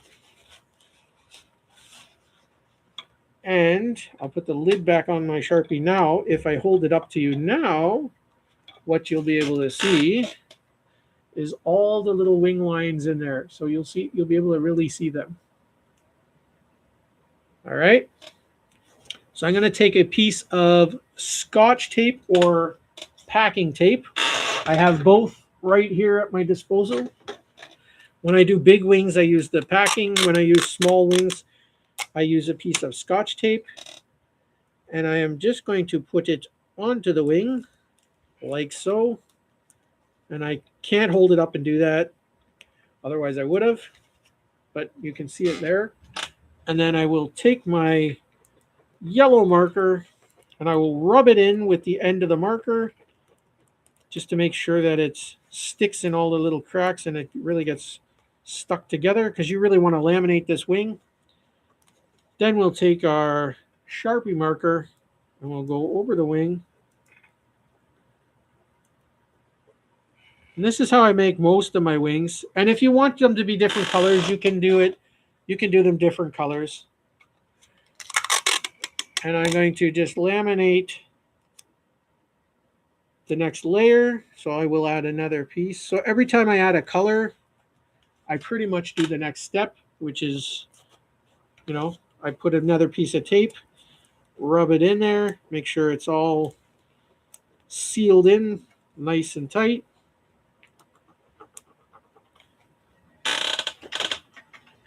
So if you wanted just a yellow wing, you could stop there. You'd have the yellow wing, but I want it to be like really sort of buggy. So I'm going to do a brown layer.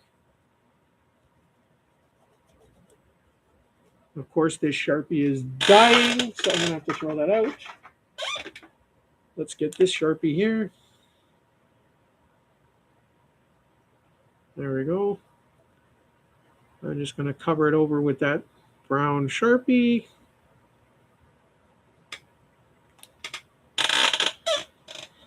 So now, as you can see, it starts looking like a wing, right? So we'll just laminate that last brown layer by putting a tape in there.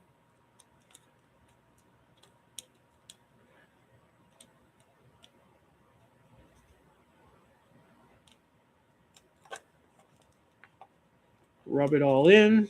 I'll use my end of my Sharpie to rub that in. Rub it all over, rubby-dub-dub.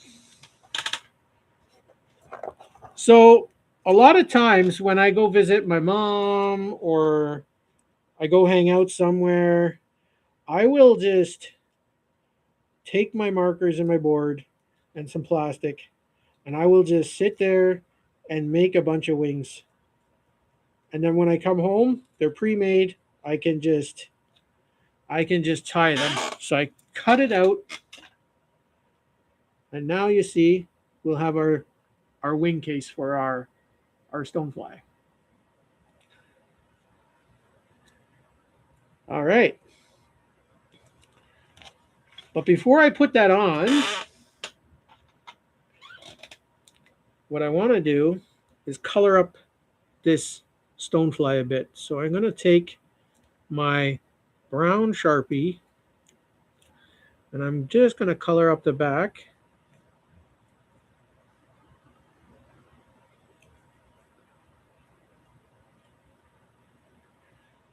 Honey, Tapeworm was asking the other channel name. What's it called? Oh, the Fly Fishing Homie. The Fly Fishing Homie. Yeah. Give me 1 second, and I will. It should. I'll get it for you. Switch accounts. Fly Fishing Homie. Let me just get that for you guys.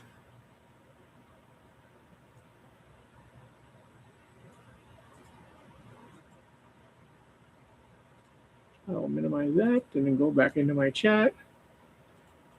Here we go. And I'll paste it in. That's the other account. The Fly Fishing Homie. Okay. So what I'm gonna do is I'm gonna flip this over I'll just hold it in my hands.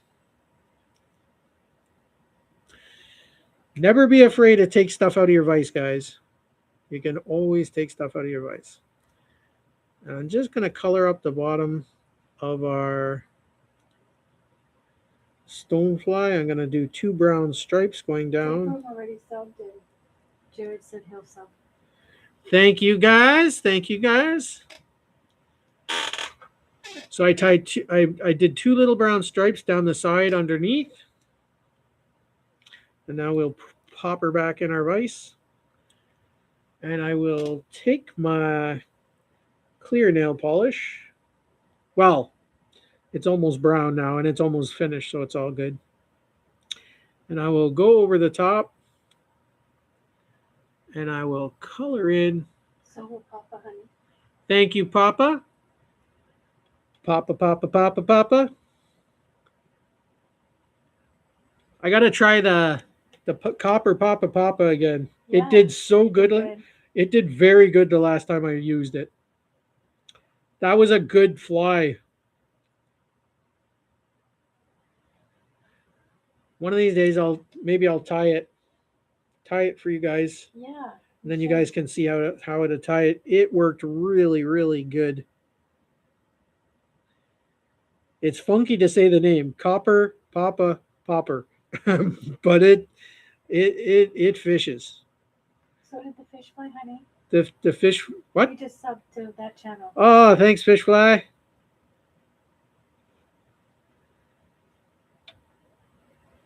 Absolutely. We are family. All my fly fishers and me. Yeah, yeah, yeah. All right. So I am not even going to wait for that to dry. It won't need to dry because you're going to see it all through the wings anyways. So I'm going to place the wings on top of the abdomen. And I'm going to tie them in. Like so. I'm going to go over the top and then into the next body section, which is underneath. Make sure when you're tying these in, you make sure what you're tying into. Because if you just start tying, you're going to make a mess underneath your fly. All right, so we're going to tie those in like that. And then I'm going to take some of our handy dandy crazy glue. And I'm going to crazy glue that like so.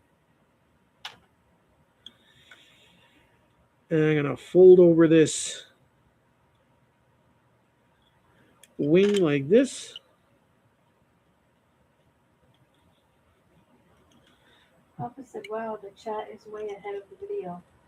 The chat is way ahead of the video? Oh, well. Yeah, it's lagging. It's lagging. That happens. Not much we can do about it. It's YouTube's fault. Okay. When in doubt, blame YouTube. AI bots. Lag. There's so many of us on here now. All right. So we tied off like so. By the way, one of you is going to win this in the fly box. All right. So what I'm going to do, I'm going to come back to the back. I'm going to cut almost like half of that broom bristles off because it's way too long. I'm going to put some little bends in there so that they bend down like so. Alrighty, ready. And then with the antennas on the front, I'm going to also bend them down. And they are just a tad long, so I will trim them off like that, like so. And then if you might want to put your chair up a bit more, honey. It's up to you. Your chair. My chair can't go up anymore. Oh, because your fly is like going into your face. Yeah. Well, that's better. And then we'll take our hackle pliers, or not our hackle pliers, our hemostats. Da da da da. And we will go 2 millimeters out the sides. And we'll go 2 millimeters down, 90 degrees, like that. And we'll cut the extras off, put them aside, because we can use them for little mouth parts and stuff. All Are you right. kidding? Those little tiny. Yeah, can use them as mouthpieces. Yep. Don't worry, I use more broom bristles than you think, sweetheart. Absolutely. Okay, so for the eyes, I'm going to take a black marker. And I'm going to put 2 little dots on either side. And then I'm going to take my trusted UV resins. And I'm going to put a dab of UV resin. Red is leaving, honey. He needs some sleep. I understand. Thank you, Red. Thank you for showing up. God bless you. Stay safe. Get healthy.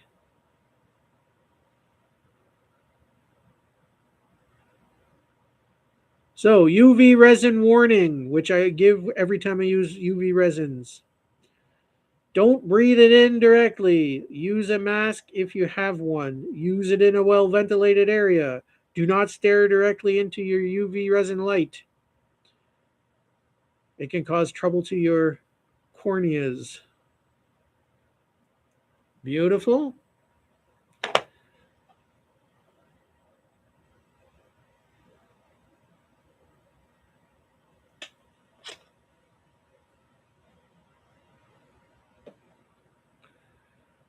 Also, do not shine your UV resin light directly at the tip of your bottle. Make sure your bottle is well distanced away from your UV resin light, or it will seal up the tip of your UV resin bottle, which will annoy you and cause you grief.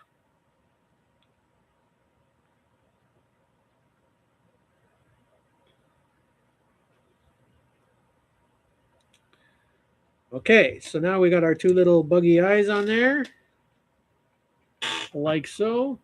And the last thing we're going to do, we'll just wipe off our little UV bottle, put our cap back on it, and we will take our brown Sharpie, and we will just cover over the head of our fly with our brown Sharpie, like so. Make sure we go around our eyes. Do do do do do.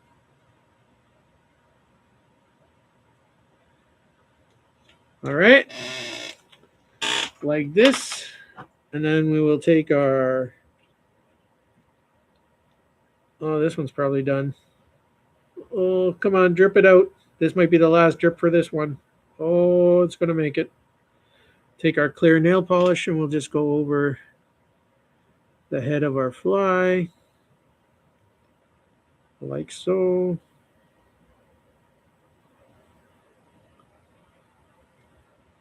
All right. I am going to chuck that in the garbage because that was its last drip. And I will take the newer one that I have. And what I'm going to do is go over the wings with a clear nail polish. I'll just lift them up a little bit, go from underneath as well. Make sure you get the edges, because what you will do by doing this is seal in your wings, which will stop water from getting in and it'll keep them from getting overly wrecked. And then we will wipe off our nail polish brush before we dip it into our bottle again. And the last thing I want to do, or second last thing, is take my brown nail polish Go over the antennas, top and bottom. Go on to the legs.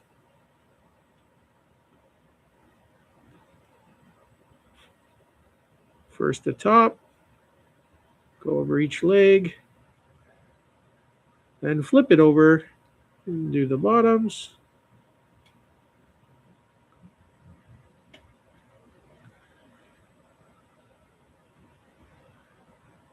Like so. And I'm going to take him out of the vise for the last little bits. All right. And then I will do his little tail ends here.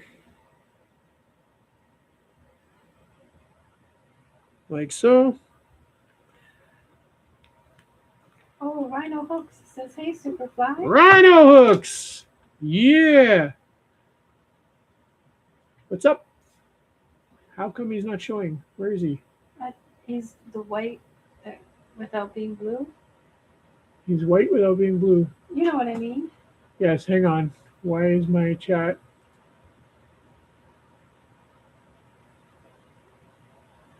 Huh. There he is. Well, he's going to be blue now. Rhino. Where the thing skipped on me. Why did it skippity bebop on me? Add as moderator. There he is. Welcome in, Rhino. Welcome in.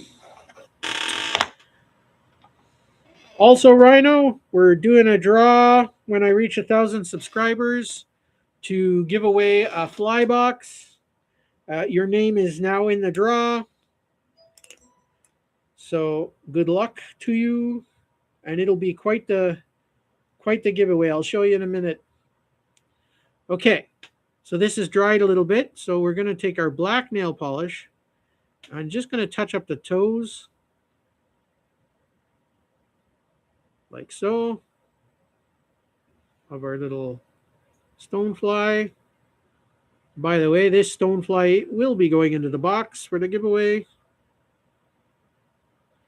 I'm just going to tap the antennas on the tips. And then I will just do the knees of our little guy here. Doobie doobie doo.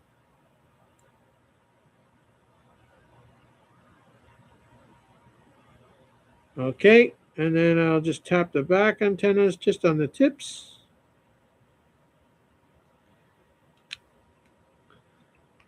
Beautiful. Now, he just needs to dry, and you have yourself a big, juicy stonefly. And this is really floaty. We've got the little loop connector in the bottom, right under, that you can just tie your dropper hopper line to. So this is a fantastic little bug. Really tasty and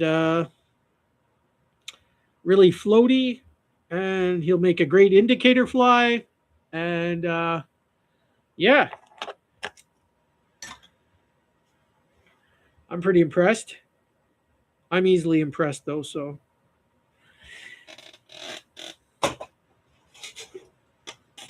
So that is gonna go into the box. Now let me just,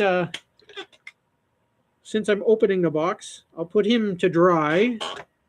And since I'm gonna open the box and show you guys the lovely Superfly fly box. Brian said that was amazing, great pattern, and you're full of ideas. Thank you, Brian. Thank you. So yeah, this is Jody's fly box. All my information is written on the inside. And all these fantastic flies that I tie on Fridays and Sundays are in there. So the little scud is now in there. All these little hoppers are in there. There's a couple of hoppers there. We got some poppers. We got some topwater poppers. We got a mayfly.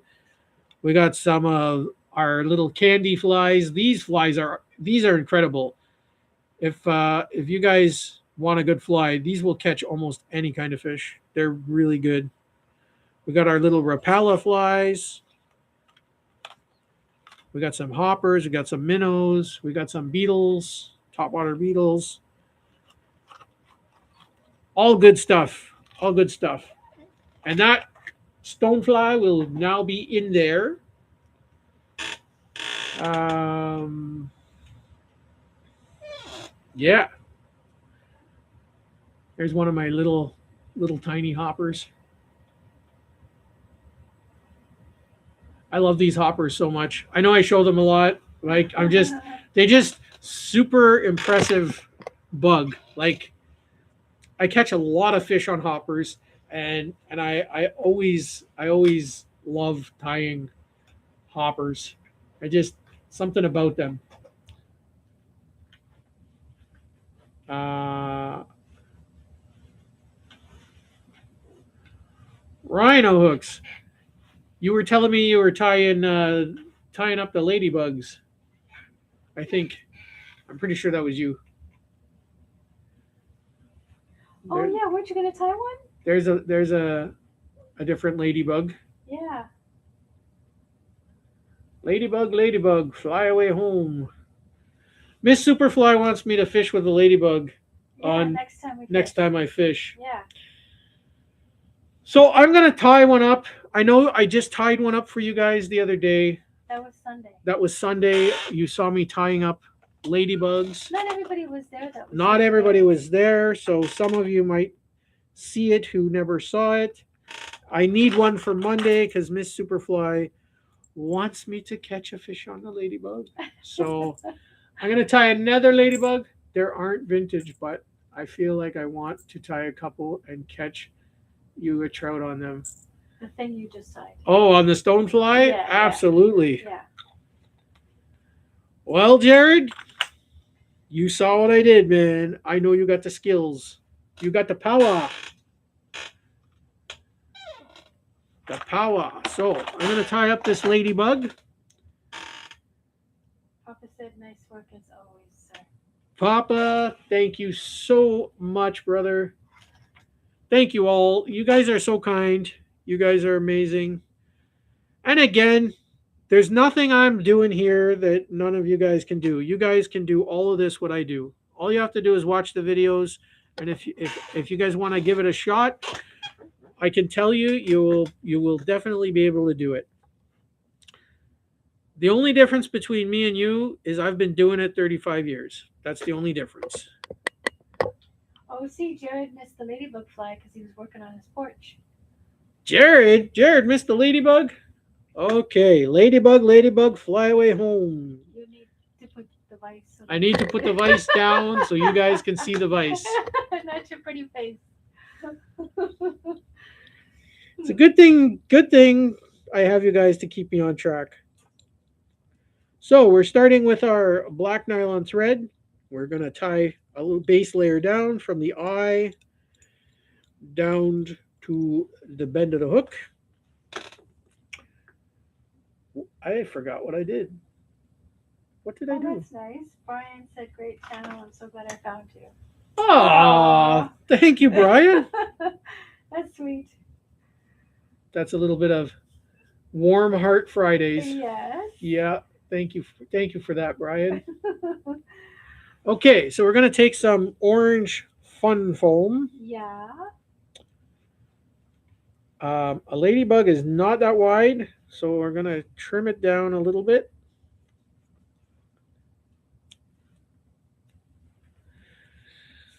Now, it still looks a little wide, but it's going to fold over a little bit when you tie it, so don't worry about that. So what we're going to do is we're going to start with our orange fun foam, and we're going to tie it right below the eye, and we're going to tie it down to the end where the hook bend is. Now, you're going to tie in wherever you see these little lumps and bumps, you can go over them and tie them tight. They won't add to the floatiness, but they will make sure your foam is securely tied onto your hook. So here's what you got to remember about foam. The tighter you pull it, or tie it down, you compress the air pockets out of it, it loses its floatiness. So you want to keep foam as loose as you can. But when you're tying it in, you can tie it tighter and tie it down so that it's smooth where it needs to be smooth. All right. And that when you get to the part where you're going to fold it or bend it, you want to tie it. You can tie it a bit tight, but not too tight because this thread will cut through the foam. And that's something I can't teach you. I can only explain it to you. But the only way you'll learn it is by learning the pressure of thread and foam, and that just comes with time. So just try it a bunch of times. You might cut it the first few times. Don't worry about it. Just keep tying, and you will figure out the cut strength of foam. Okay, so the next thing we are going to do is tie in the legs of our ladybug, and for those we are going to use medium thick broom bristles, and in black. So Jody, So Maria, don't you just love it when she says that? So Jody, I always sound like I'm in trouble when she says that. So Jody, So how do you know, or do you just take it upon yourself to decide how thick of the broom bristles should be for certain bugs? is this a question or you're just It's a asking question. from I'm you? asking you. Okay. All right. So here's the thing. If you're using a larger bug, like if it's a larger bug Yeah, and your hook gap is larger, yeah, you can use a thicker, larger broom bristle. okay, If you're tying a smaller bug yeah, and the hook gap is smaller, yeah. you will use a thinner broom bristle I because understand. you need it to still bend. So broom bristles, let's see. Let me show you on this guy here. Yeah, Okay. Broom bristles can bend. They yeah, can bend really, really, really well. So yeah, if a fish bites onto this, yeah. it's got to be able to make sure that those broom bristles can flex. Okay. All right. So even the front ones, see the front ones are flexy, right? That's the good thing about broom bristles. They look stiff. They'll hold their shape, but they're still flexible enough that if a fish bites it, it's going to get down to the hook and be able to swallow it. Okay. Right? Mhm. So that's how you decide. And then if you go on a smaller fly like the ladybug, let me Yeah. show you on this ladybug here. So this ladybug, if I used a really thick broom bristle, it might be harder to get the hook. But because it's a smaller fly, I used my thinnest broom bristles to make the little legs. Okay. Does that make sense? Absolutely. That's how you pick a broom bristle for your fly. And then, I mean, if you're tying something like artistic and you're tapering a leg, then you will actually glue different thickness broom bristles together Mhm. to make a tapered leg. So, did that make sense? Yes. Are we all clear? We're clear. We're clear. We're clear, Superfly, Crystal. All right. So, I take my black medium thick broom bristles. I got 3 of them. I'm going to cut them in half because they're way too long. I'm going to put 3 of them aside. Brian said good explanation. All right. If anything is ever unclear, you guys definitely feel free to ask me. And if I don't know the answer, I will either look it up or refer to one of my other brethren of the fly, like Jared or Nimby or Flywee or any of my other fly tying brethren. So, Right. but I will get you an answer for sure. So the first thing we're going to tie in up at the head, we take one of those legs and we're going to fold it in half. We are going to tie in our front antennas. Now, ladybugs, their front antennas are extremely short and stubby, but we're going to leave them long for now because we will trim them off after we tie the rest of the head in. All right. The next thing we're going to do is Jared said, on the other side, note that bristles are also flexible enough to move when you smack yourself in the back of the head with. um do I want to know, Jared, why you've been being smacked in the head with a broom bristles? And Papa said to me that was a good question. Upsetting, yes, it was. You know what, it is a good question. And for anybody just joining us, I'll just remind you, I got where did I put them now? I bought a new broom yesterday. It was a dollar store find from our local dollar store. It was a scrubber cleans broom. It costed $3, and these are the bristles I harvested from it. They are thick red broom bristle used for grasshopper legs Oh my goodness. and any other legs that I need red. And I did make a video. I have to still post it. I did record it. I will post it after I finish this live. And if you want to see me harvest broom bristles, feel free to watch that.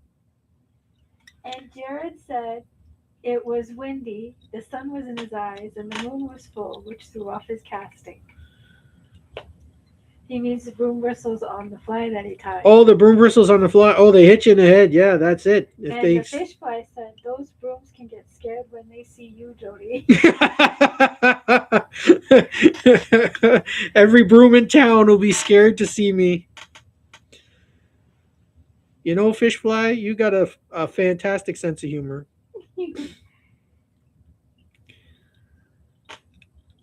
I love hanging out with the fish fly. He's a cool little dude.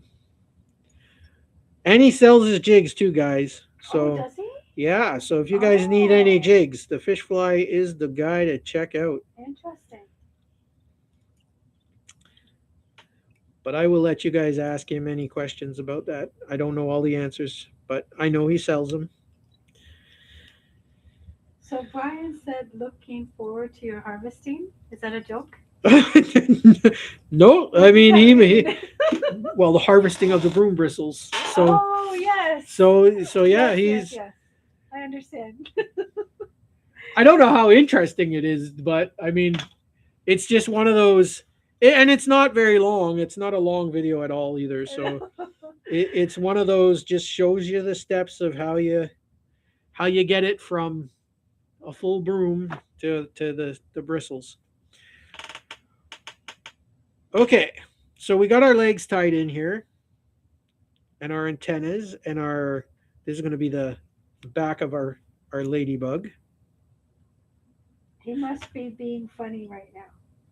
Because Jared says, do you pluck them or cut them? He's joking, right? Oh no, he's Of course you cut them. How can you pluck them? One by one, you're going to pluck them?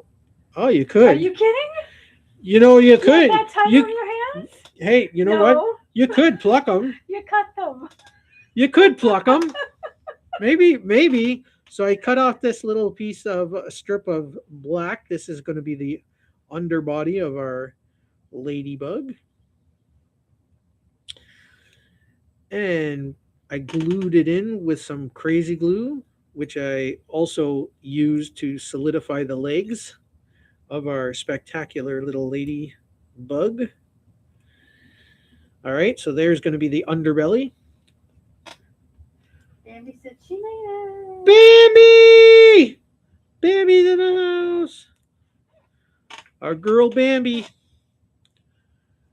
By the way, Bambi's in the draw. Brian's in the draw. Everybody who showed up, when you show up, I go back over the chat. Oh my goodness, you're right. Jared said he plucks them because he uses them only as he needs them, not like you do, Jody. Oh my goodness. See, Jared's a plucker. I can't believe that. Jared's a plucker. Wow. I'm a cutter. Wow. I cut them out. I cut them out with. That's crazy. So I use this. I use this to cut them out. Yeah. So I cut them. Yeah. And sometimes because they're pushed in with a little piece of metal, sometimes I can pull them out as a bunch, Yeah. but I still cut them off with this. So you'll see me Yeah. do like a cutting, pulling. You'll see in the video, guys. Anyways, Goodness. I'm a cutter. Jared's a plucker. Wow. All right. Okay. The plucking cutting debate has been solved. I'm going to do a poll now. Are you a plucker or are you a cutter? Plucker. I said plucker with a Yeah, P, Jody. capital P. Back to the Oh, ladybug. back to the ladybug. So we got the underbelly is tied in. These guys are making me nervous. I know. Okay. You're blushing. I'm blushing now talking about all this plucking. All right. So the next thing we're going to tie, we're going to get a little slightly wider piece of foam. And it's only a short little piece that I had left over. We're going to cut it round on one end. Greg Lawson. Hello. Afternoon, Superfly. Greg Lawson, the man, the myth, the legend, is in the house. How are you, buddy? Good day to you, my friend. All right. So remember, when you're tying things on top, when you tie the bottom part in, you have to make sure that you wrap your threads from the top, not from the bottom, because you'll start getting weird lines and you'll finish your fly and you'll go, wait, that doesn't look good. So you have to be, the bottom of your fly needs to look as good as the top. Otherwise, the fish will spit it out and they'll laugh at you and go, why am I eating that? So I'm tying in the face of our ladybug right there. That is the face of our ladybug. And I will fold it up, add a little drop of crazy glue, just a little drop, and fold it back down.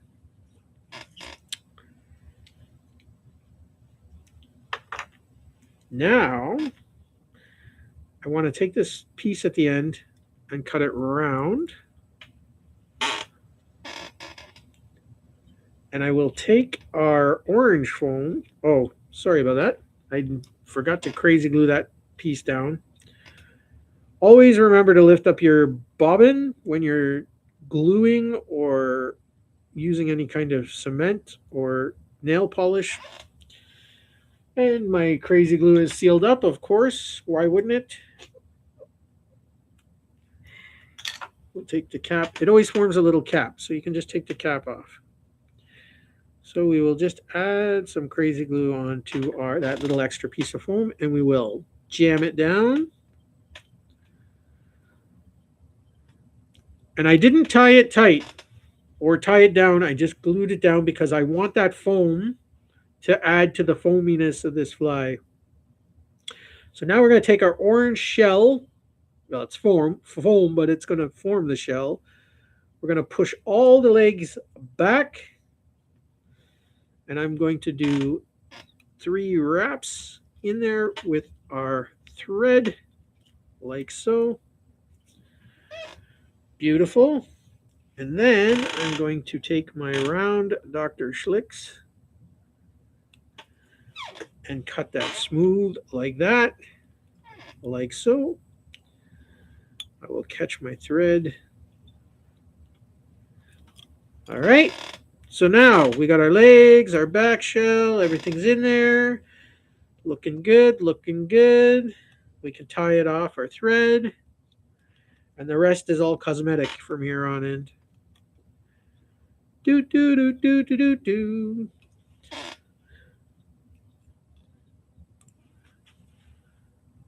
All right. So we just want to make sure that we can still get our fishing line through the eye of our hook. So take a piece of broom bristle, and if you can stick it through the eye of your hook, you have not crowded your hook. Congratulations. You tied a good ladybug. But like I was telling you, the antennas on a ladybug are super, super tiny. They are there, but they're super tiny. So I will just cut them short like that, spread them apart, and that's where you'll stick your line.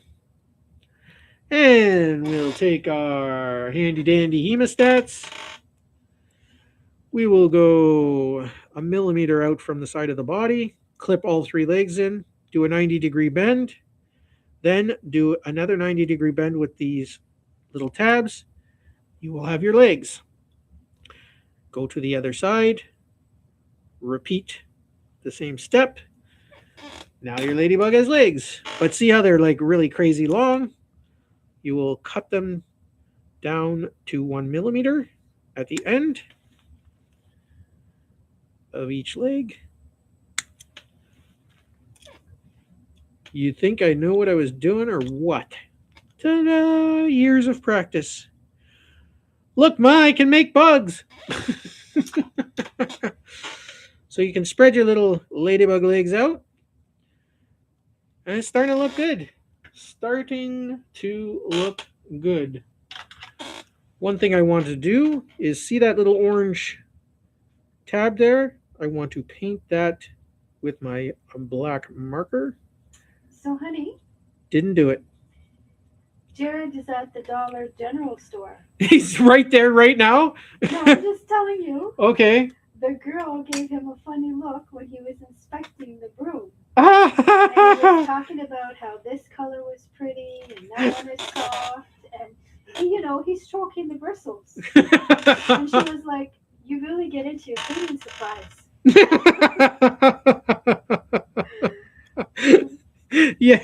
Yeah. We we got the weird. Wow, you guys are very much alike. Yeah. Oh yeah. Anyways, good story, Jared. I know that story all too well. Okay, so I'm gonna take an X-Acto knife, and right in the center, I'm going to cut. Not really cut it. I'm just going to kind of indent it a little bit. You do not want to add a lot of pressure, but you want to add enough pressure that it just gently cuts into the foam. And you might have to go over it a couple of times, but you do not want to cut very deeply because you don't want your foam to unravel. But if you guys see, I made the little line in the back of the shell. It's such a tiny little insurmountable thing, but at the end of the day, why wouldn't you just no, don't even why go. wouldn't you Nope, just put a marker down nope, like that? because the marker is just Isn't that gonna affect it floating now? Nope, it's not gonna affect a thing. Okay, now ladybugs come in a couple of textures, but most of them, if not all of them, are a little bit darker orange than the orange I have. You can make them slightly darker red if you want, but they come between orange and red.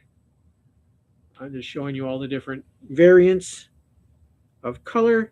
So we're going to take our orange Sharpie marker and we are going to color the back shell of the foam of this fly.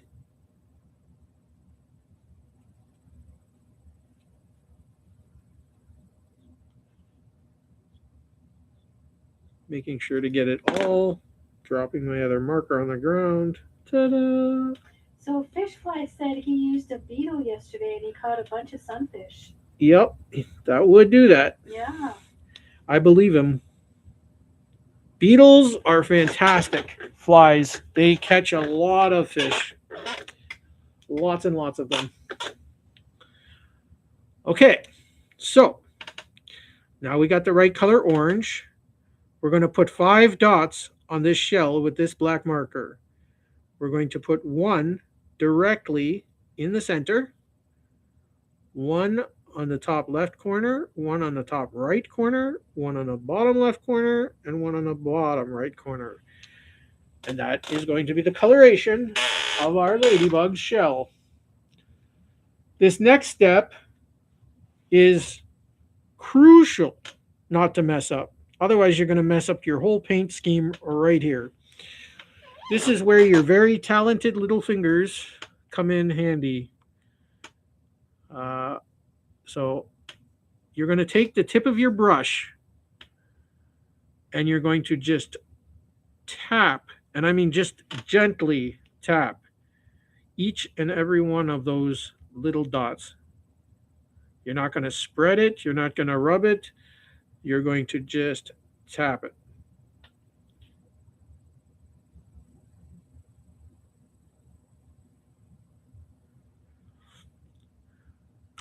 All right, just like that.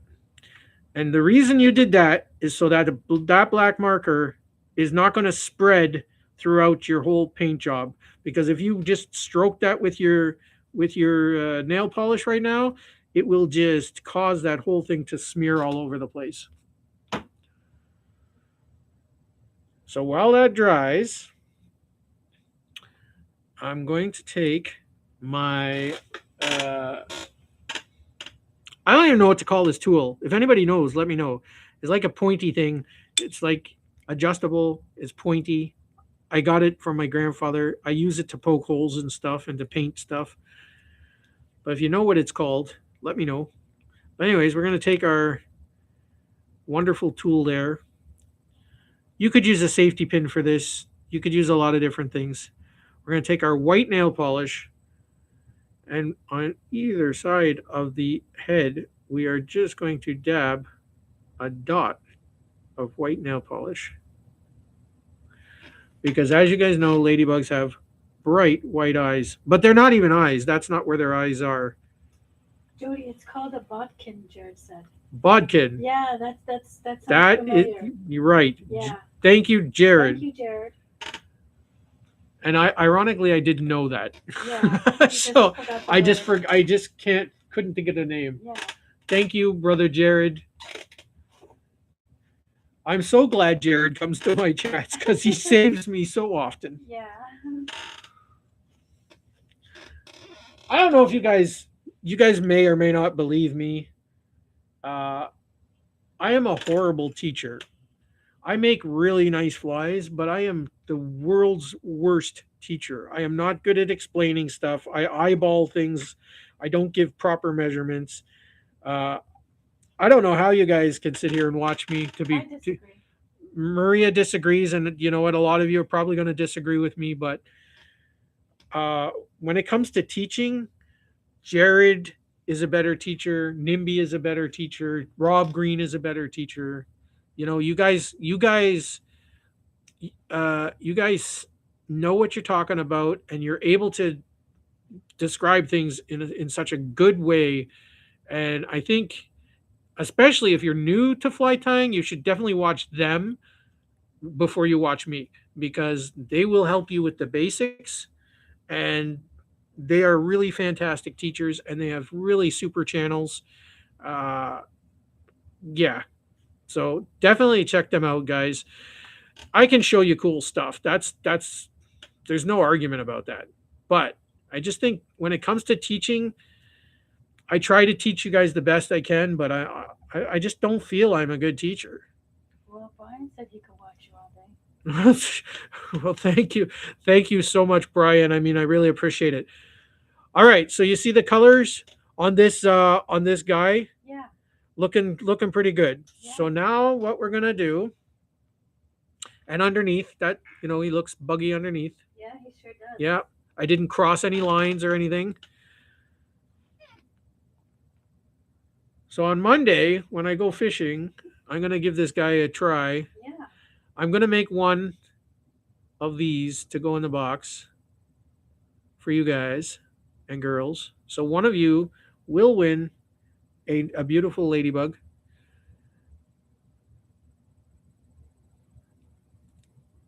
So now, again, I'm just tapping the orange parts. I'm not spreading it or rubbing it. I'm just tapping it so that the nail polish does not spread our coloring all over the place. Jared said, don't sell yourself short. You're a good teacher, Jody. Well, I have a good audience, so that helps. You guys are you know what? You guys really make my day, and you make me feel like I can do good things. Debbie said, Superfly knows. Superfly knows.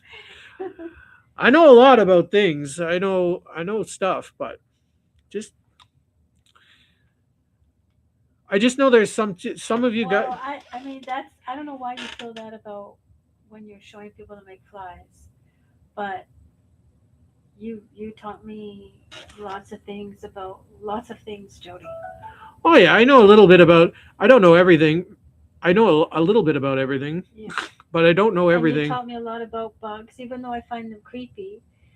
I find I find when But you explain about what they do and how they are and why they are, that's fascinating to yeah, me. I To mean, me. bugs are.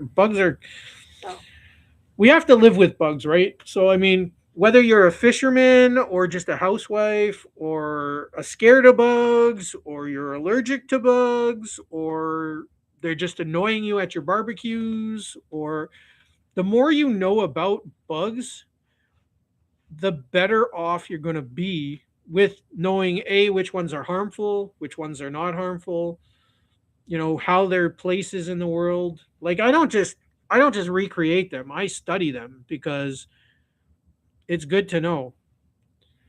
So this is our Brian is asking, does the varnish not react with the foam?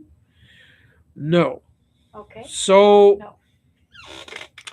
so the good thing about craft foam, this is you can get it at the dollar store or at your local craft stores, sometimes Walmart, whatever.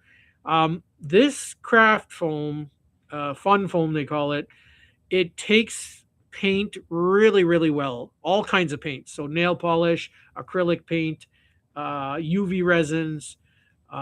It takes glue really well, like super glues and gorilla glue and you like it's just a nail polish. It's just an all around good foam. It just maintains its foaminess. It's really floaty. You can just do so many different kind of bug styles with it. Um, yeah, I use it a lot, and it comes in different thicknesses too. So you can. That's this is 1 millimeter craft foam, but also comes in 5 millimeter craft foam. And if you're doing a really floaty bug, like if you want a really floaty bug, it comes in black uh, and white. I'm not sure if I've ever seen it in thicker colors in my neck of the woods, but I'm sure it does. And it's really, really a floaty material. Like it just makes a bug float, and you can fish this all day, and it's not going to sink on you. So yeah, so that's the thing. Huh. But I'm going to tell you guys something. The eyes on this ladybug kind of melded together. See? Look at the eyes on this thing. I'm not happy with that. I don't think this fish would have cared, honey. The fish might not have cared, but the superfly cares. I got to look at it just as much as the fish do. I'm not happy with that. So you know what? I'm going to repaint it. When in doubt, just wipe it off and repaint it. So to replace that, I am now going to take my black nail polish, go over the entire head with black nail polish. When that dries, I will repaint the eyes, but I have to make sure it dries completely, otherwise it'll just run again. But see the back shell, how nice it looks? Yeah. See, it looks really nice. Yeah. So what I'm gonna do while we're waiting for the head to dry now, I'm just gonna go over one more time on the back shell and give it that candy looking look. Always, as you paint these things, you do have to let the paint dry. Now, when I do stuff on live streams, I obviously don't let the paint fully dry all the time, because if I did, you guys would be sitting here watching me watching paint dry, and I know that's not fun.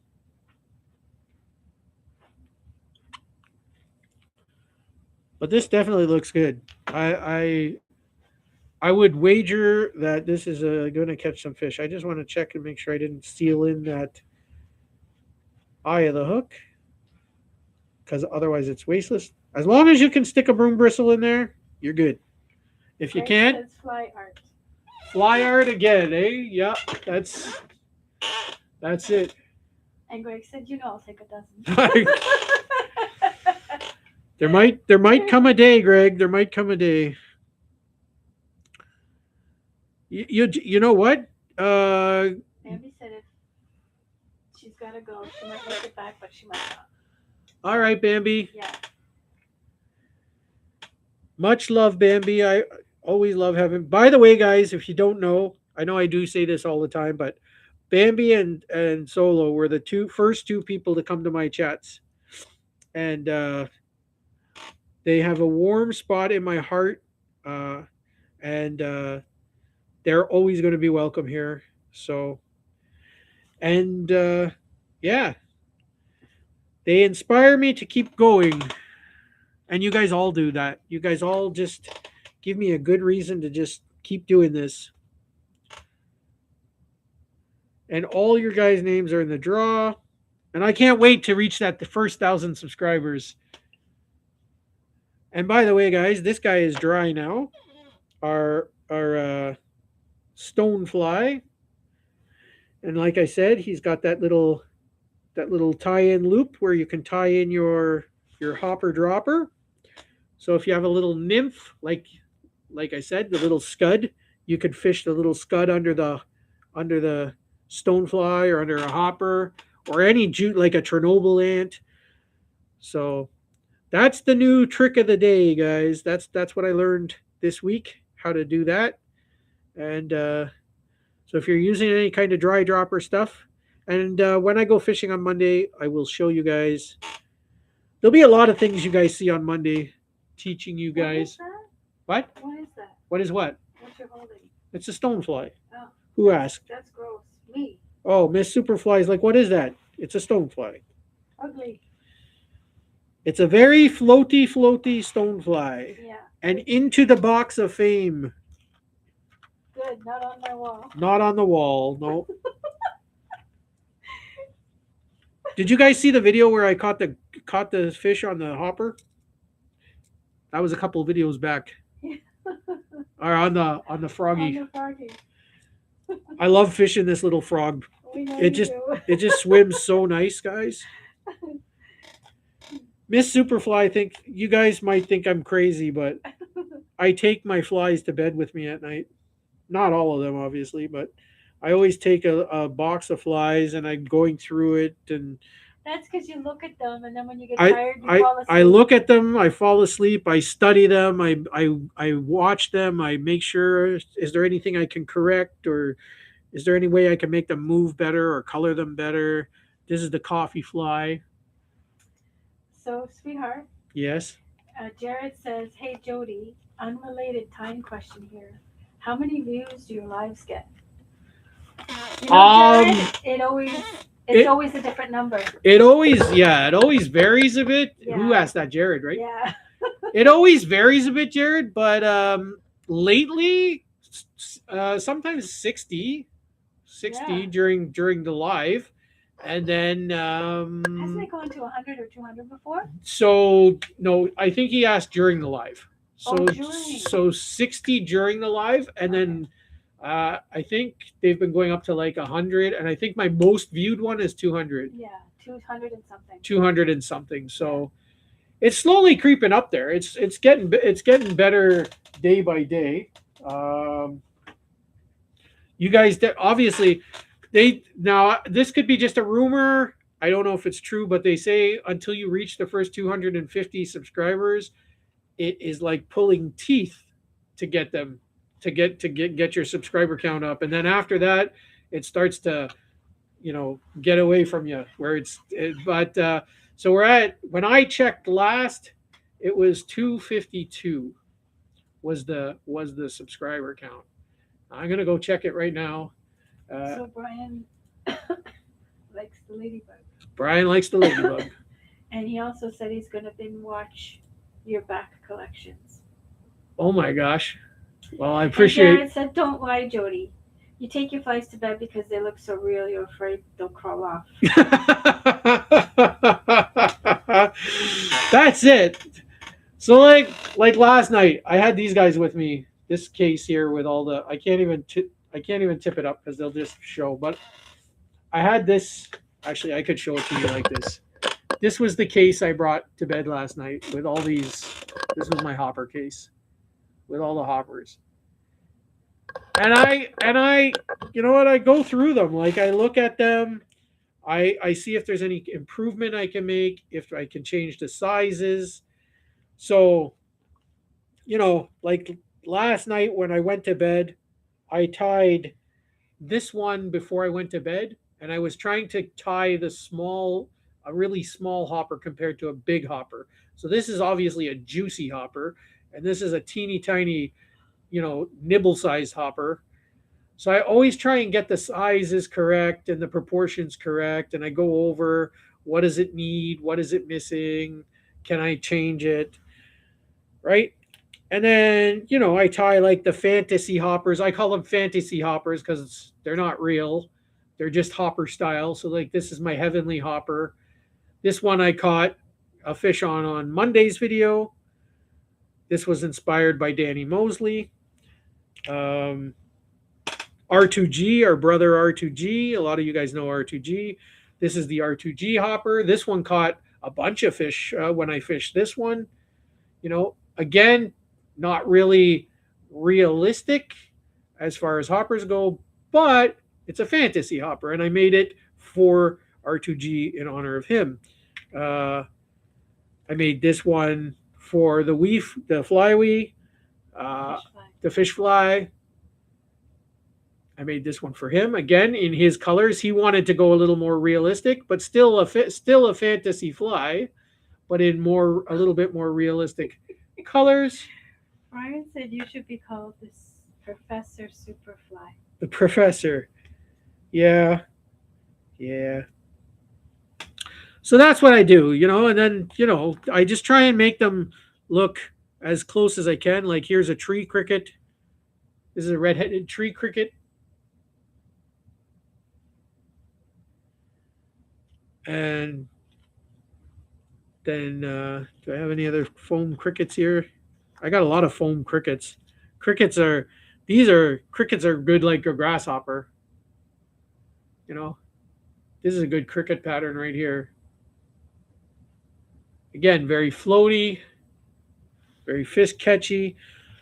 Just whatever you guys do, try and make your bugs look like a bug. If it doesn't have to be the exact bug, as long as it's buggy looking. So let's see if I can finish up this ladybug now. So it looks pretty darn good. I think that nail polish dried, so I'm gonna go back in and try putting his eyes back in. I'm a bit of a perfectionist. I try to get when I'm doing a realistic fly, I definitely try to get the realism in there the best of my abilities.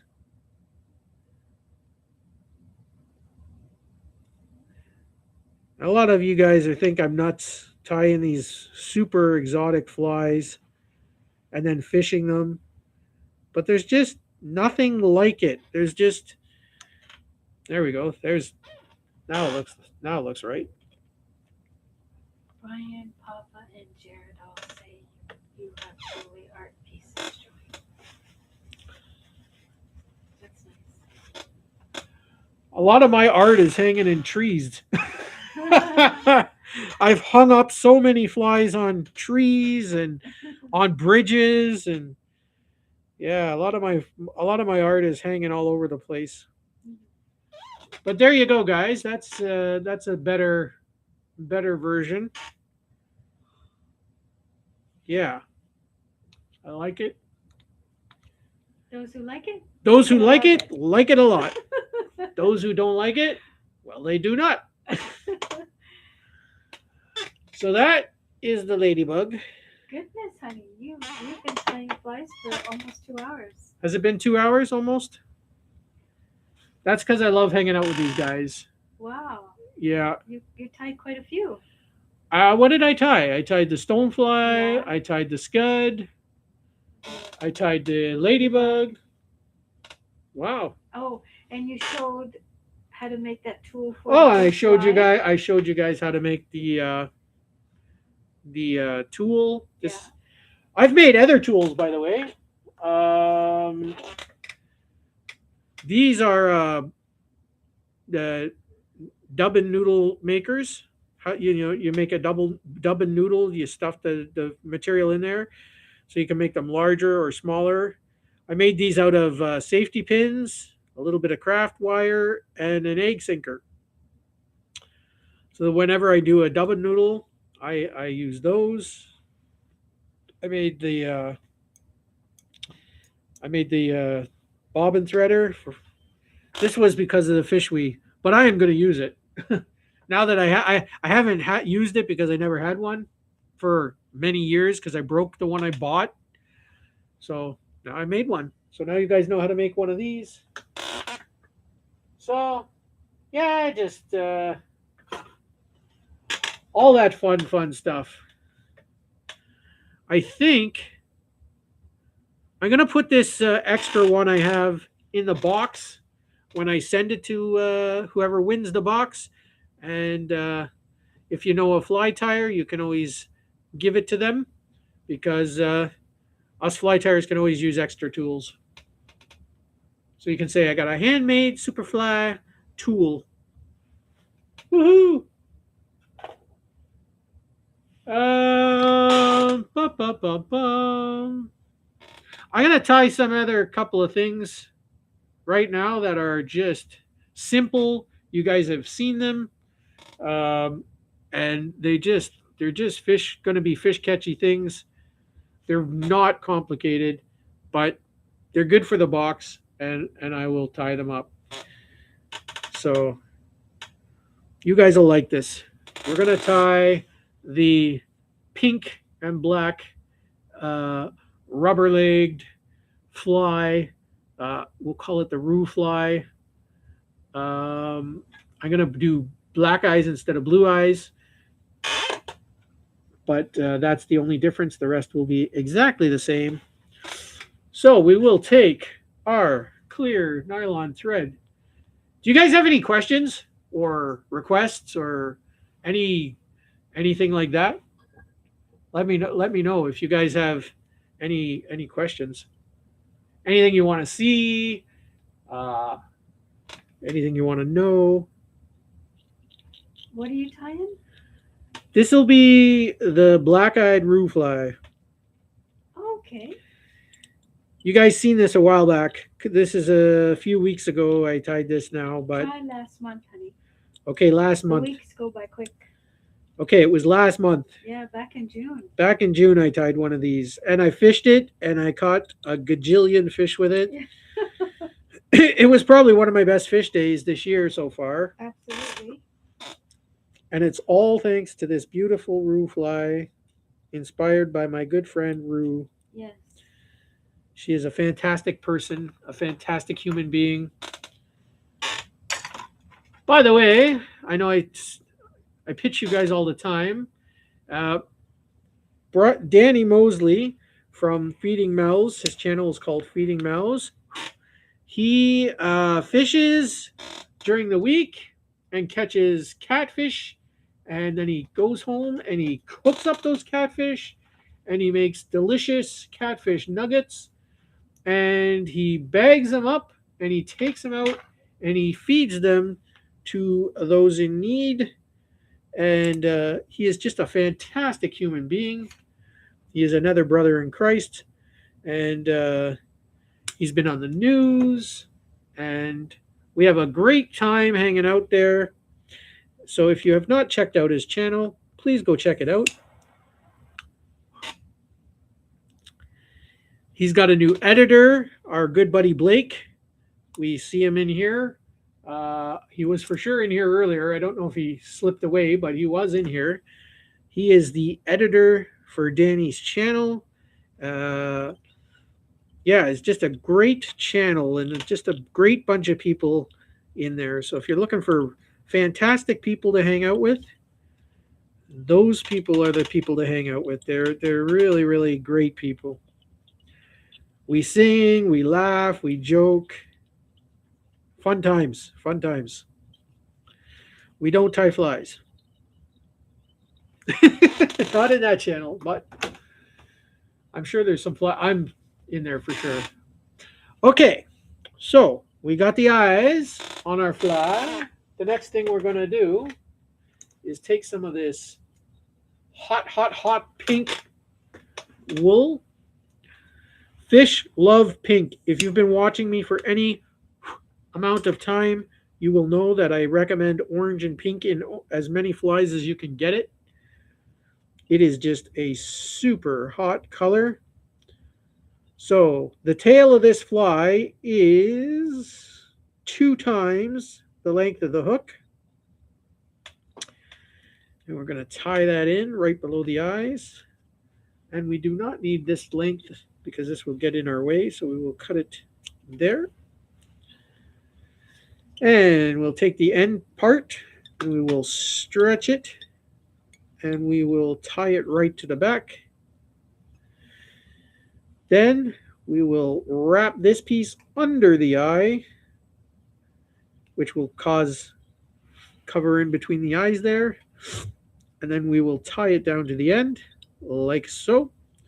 We'll leave it down at the end. The next thing we'll do is we will take some of this sparkly nylon mylar Christmas tree gift back tinsel here. We will tie it in right below the eye of the fly. Then we will take our wool, not the piece we burnt, the piece we didn't burn, and we will wrap it forward to the front. When we get to the head, we will tie it off. The best thing to do is wrap the thread right around the wool, and then when you pull it up, it just ties it right into the fly. You can take your fine pointy Dr. Schlicks, in this case the round ones, cut it flush. Beautiful. You can take your mylar tinsel, tie it, pull it up to the below the eyes, tie it down, then wrap your thread under the eyes up to the eye of the hook, come up from underneath, then you can tie that down, fold it over, tie it down at the eye again, and then you can go one wrap in the middle, wrap it down to the tail, fold it over, tie it down again in the middle, tie it down at the eye. Then you can make sure it stays tied at the eye there. Give it 2 good wraps. Then you can trim that off. Then we will look for some rubbery legs. Rubber leggies, where are you? In this case, I used blue rubber legs, throwing stuff on the floor. If you don't have blue rubber legs, I'm sure it won't matter what color rubber legs you use. You could probably use black. You could probably use orange or any other color. But I want to use blue because in the original roof fly, I used blue. Backtrack hooligans. Hey, backtrack. He's just stopping in to stay hi. To say hi. He can't stay because he's still working. Darn, that work gets in the way of our careers, huh? Well, thank you, Backtrack, for stopping by. Like I said, whenever I go over my live stream chats, which usually takes about 24 hours to show up, what I do is I go find your names in the list of everybody who showed up, and I put another tick there. And when I do the draw, for every tick that's there under your name, you will have another ballot in the draw. So the more often you show up, the better chance you have of winning that fly box. Okay, so I took our piece of rubber leg. I fold it in half. I'm gonna trim it. That's about the length I want. When you do this for yourself, you can eyeball it to see if you want it a little extra leggy. You can add, you can leave it long. If you want it a little shorter, you can just trim them a little shorter. I will leave that in your discretion.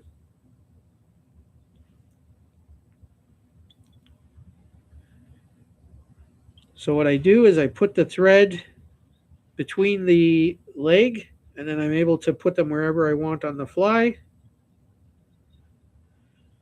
Like this. You can do it like this. And then I go behind the eyes and I will tie it off using my patented, not my patented, I didn't make this up. I made it sound like I created this. You just take this is a classic 2-finger half hitch. Everybody should know this. 2 fingers, put on your thread, twist, twist, and then you can put that line anywhere you want it to be. Do about 3 or 4 of those. And this fly is ready to catch you a ton of fish. And again, if just make sure your legs are even on both sides. And I like it to be not super long, not super short, but very super buggy. And those fish are ready to eat that. Oh, yeah. If you have clear nail polish, you can take some clear nail polish, just tap the eyes on the top and the crystal flash material in the center. Try not to drip it into your rubber legs. Nail polish will eat away at rubber legs, so try not to do that. But other than that, this fly is golden. So this fly will be in the box. I wanted to show you this one. It's super fishy, super easy to tie, and this will catch you a ton of fish. You can fish it under a dropper hopper. You can fish it under a float. You can fish it on your fly rod. Just let it slowly sink. Very, very catchy. Very nice, honey. So that one will now go in the box. So very simple little fly. You can do that in same fly in orange. You can do any color variant you want on that. I am getting stuffy because my head is down. Whenever I keep my head down, I get stuffy and the door is closed. So I'm going to show you another little floaty bug. This is a floaty bug that I kind of created a while back. It's very simple to tie. It's really a cool like little topwater buggy, and it's just very fishy. So, gonna take our clear nylon thread.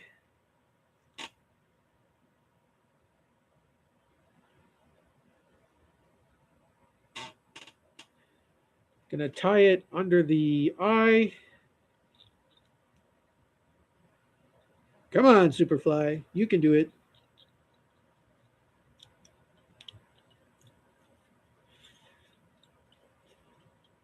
Give me 1 second, guys. I'm just going to have a quick sip of water. If I'm missing, I'm probably fishing or fly tying. All right. So for this one, we're going to put the orange under the belly and the green on top. And how I got this was I took 2 pieces of foam, put some crazy glue in the center, sandwiched them together, and cut a little strip. So very, very easy. Backtrack's leaving now. Customers are watching. Okay, backtrack. Don't get in trouble.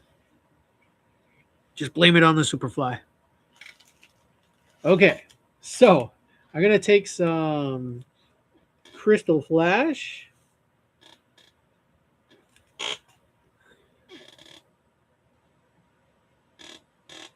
And I'm going to put all the little ends together here and give it a little snip.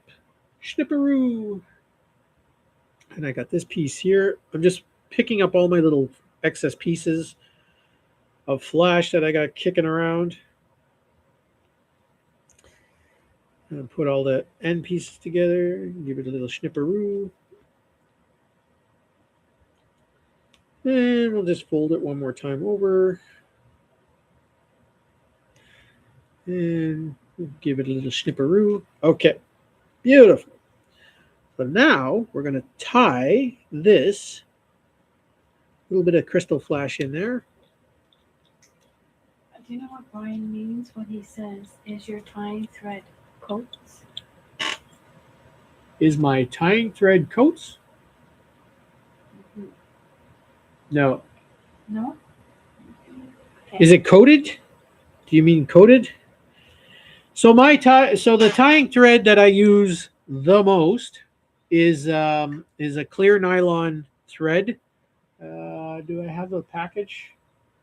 I thought I had a package here. I can't find it. Let me see. Where did I have it? I had it just there the other day. Oh, here we go. This is the thread I use, Brian. Ultra fine invisible thread. It's like a nylon sewing thread. We get it at I get it at like Fabricland or a store that sells like stuff for sewing. Stuff for sewing or crafting materials. Yeah. So, no, it's not coated, but it and it won't. It's more like a very fine fishing line, to be honest. Jared said Brian probably means like a brand. Is it Coates or Clark? Oh, No. coats are Here in Canada. What's it called, honey? Yeah. So here in Ontario. Here in Ontario, Canada, we have It's right the top left-hand corner. What's it yeah, called? Unique. Yeah, It's Unique. called Unique. Yeah. And then if I use other threads, Yeah. I usually just buy them regular sewing thread, but in a color I want. Okay. I don't get it. I don't really have any of those fancy tying threads. Okay. I don't use them all that often, to be honest. Most of the time I just use this clear nylon thread or in the black. But there are like really fancy threads. I just never really buy them. Okay, so that's the last thing I'm going to do. The next thing I'm going to do is put on the eyes, and I'm going to be putting a glass bead eye on there. Again, it'll be a black, but you can put any color you want.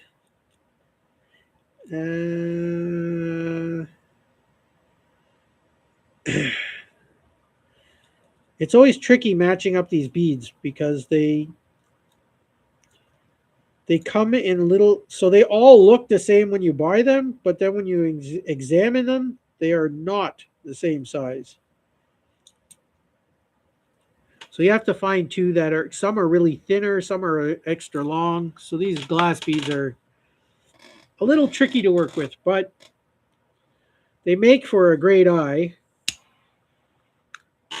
Warning with glass beads, when you're fishing them, if your back cast hits the ground and it happens to be concrete or something hard like a dock or a pier or something like that, they will smash when they hit. So when you use a glass bead, that is a bit of a thing about them. So often when I fish with glass beads, I'm either super careful or not afraid to lose an eye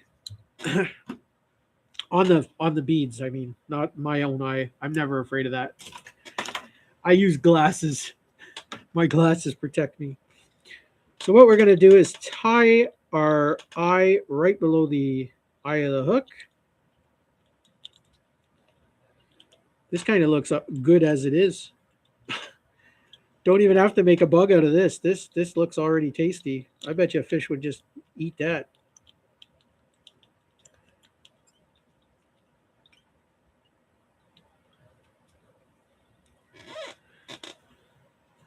But I wanted to make a foamy bug, so foamy bug we're making.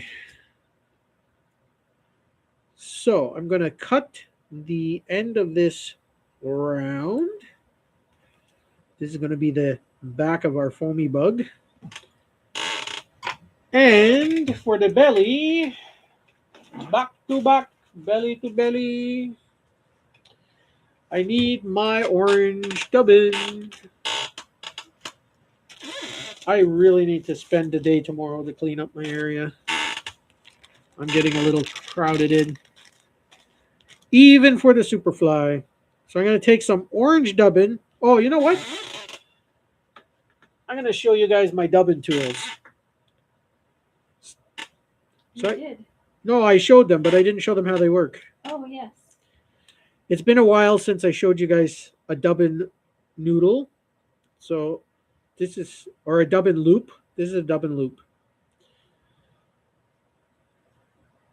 So basically, you can hang your dubbin tool off your thread. You can tie down your noodle, and I'll just bring it up to the front, my thread, and I'll leave that hanging. Now I can just take the materials, in this case the wool, and I can put it in, and I need a little bit more. We're going to make this really woolly underneath.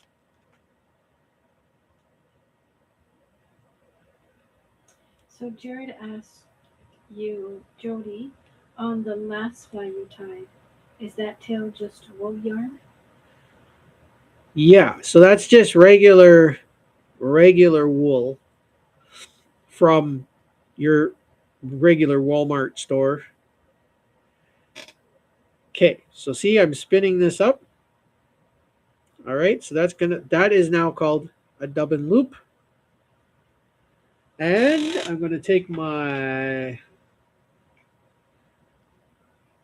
brush, and I'm going to brush it out just to make it like look buggy.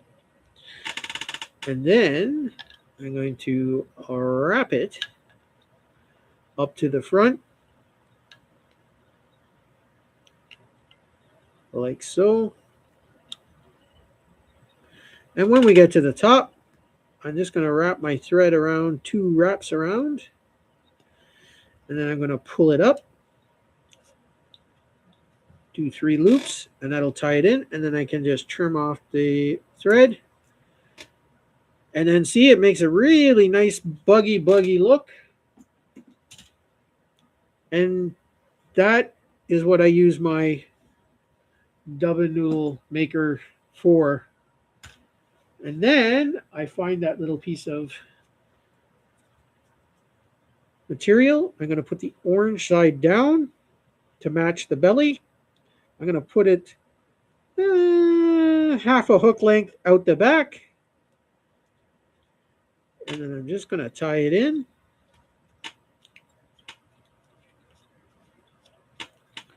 And I'm going to put a few good wraps in there. Probably 8 or 9 good wraps. Make sure that's tied in nice. And I can take my rounded Dr. Schlicks and just cut that round.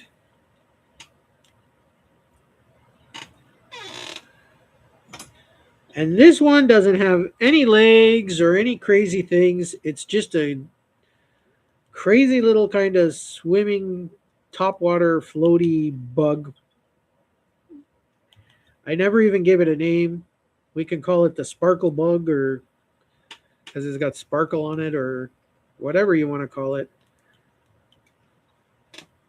But this is a juicy little bug, and it catches a bunch of fish. It's not super big, but those fish come after that, and they give it a good whack, and you'll catch a bunch of fish. Now, whenever I say you'll catch a bunch of fish, I always mean like last year when I fished these kind of things, I was catching 100 fish or more. So sometimes 200 fish, and I've even had a few 300 fish days last summer. This summer, I have yet to have a 100 fish day. So like my highest fish catching day was 80 fish this year, and most of them have been like 20 days, 20 fish days, 25 fish days. I've had a couple of 40 fish days, but they are just not eating crazy like they were in the past. So what they should be eating and what they are eating now is two different things. So that's the crazy fun bug. We can call it whatever you want to call it. It's a good little pattern. It will catch you fish, and I will be putting it in a box. Worm said, even though you catch 20 fish a day, that's a good fish day. It might be a good fish day, but when you're used to catching 100 fish or Yeah. more a day, Yeah. it's something seems off. Yeah. Either it's the environment or the heat, or I couldn't even begin to tell you what the problem is, but there is a problem. I don't know how many of you guys out there are feeling this, but I just feel that we're not catching the same numbers of fish that we normally do, Yeah. and the environment is changing around the world, so it's a bit crazy. But there you go, guys. Those flies are now in the box. I can't wait. I'll be jazzed to have 1,000 subscribers, but it'll be really cool to be able to draw this and send this to one of you guys. Uh, it's starting to get full, so somebody out there is going to have a grandiose time with that box, regardless of what you do with it, whether you put them up on display or give them to a friend or fish with them yourself. One of you guys is just going to be super ecstatic. I know it, to get this box. I know I would be.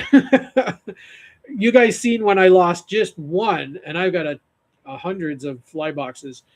I just lost one of my fly boxes, and I cried like a little baby. Thank God my buddy Ted saved the day, and found my boxes for me, because those fly boxes, they were worth about $300 worth of flies in there if I was to sell them. So yeah, I try not to lose my boxes, because I put a lot of effort in them, filling them up. And you guys know I tie flies every day. I'm in your chats, chatting it up with you guys. And if you guys, how are you, Superfly? Notice I never say I'm good or bad. I just say I'm tying flies. That's how I say I'm good. If I'm tying flies, I'm good. If I say anything else, I'm probably bad. So that's it, guys. That's how the Superfly rolls. So, but yeah. So I think how long have we been going for? One. I started at around 1 o'clock. 3.5. It's 3.5 hours. Woohoo! 3.5 hours. That's a long stream. Mhm. For me, that's a long stream. And you can tell it's getting to you. Yeah, and I'm getting a bit stuffy, and I need to breathe, and I'm gonna open the Open door, some windows, open the yeah. windows and doors and stuff. I always close the windows and doors when I'm live streaming with you guys, because I don't. We live in an apartment building behind a park, and there's kids screaming, and there's people, delivery trucks coming, and the garbage truck comes, and the cardboard truck comes, and there's people walking their dogs, and there's just noise beyond noise. So I just close the windows, and this way you guys just hear me and the Mrs. Superfly. but it does make me stuffy, especially if you guys see the fancy flies for sure have a lot of nail polishes on them, and so I get a bit stuffy, and I'm not getting properly ventilated, and I get a bit dehydrated. So, but you guys are worth it, and I always look forward to Fridays and Sundays because I know you guys come out and support me, and yeah, it's just really awesome to have you guys here. Like I said, I don't look at you guys as numbers or just subscriber numbers. You guys are family. You guys, I treat you guys like family. You guys honor me. I love spending time with you guys. So yeah, I can't say enough of nice things about you guys. Make sure I've been bluing you guys up, making you guys moderators because A, I trust you guys, and B, I want you guys to be able to subscribe around. Uh, I when I first started, I didn't really start off by making people blue, but I've come to understand the value of making people blue. There is a value to it. A, all you have to do is click on the person's name, say go to channel, boom, hit subscribe button, or check out their vids, see if you want to subscribe to them. Very easy to do. Very easy to do. And if you aren't blue for any reason, all you have to do is highlight the person's name, right click, hit copy, paste it into the top, and you will be able to subscribe. It'll take you right to their channel. You can subscribe by their handle. So do that. And yeah, so I just feel we're one big family in here, and yeah, you guys keep the chat safe. Praise Jesus, we haven't had any trolls yet, or I haven't seen them. I don't know if you guys have eliminated trolls out of my chats. We haven't had them yet.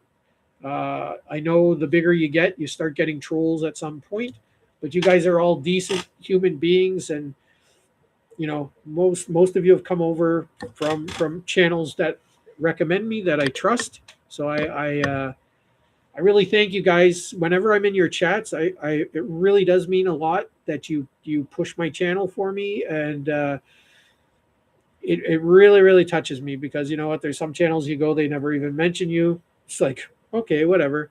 But the fact that you guys come over here, and when I'm there, everybody shows me a lot of respect, and I'm not sure I'm even worthy of that respect, but I do love you guys, and I do appreciate it, and you guys are respectful to the Mrs. Superfly, and I appreciate that. And so yeah, you guys are awesome, and I love you.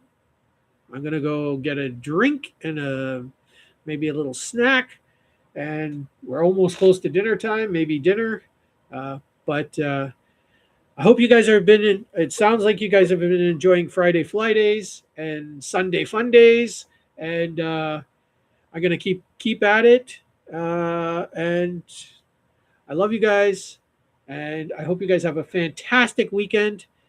Uh, please be safe out there. If the smoke from all the fires everywhere is clogging you guys out, please try to stay safe, and just know that we're praying for you guys and we love you.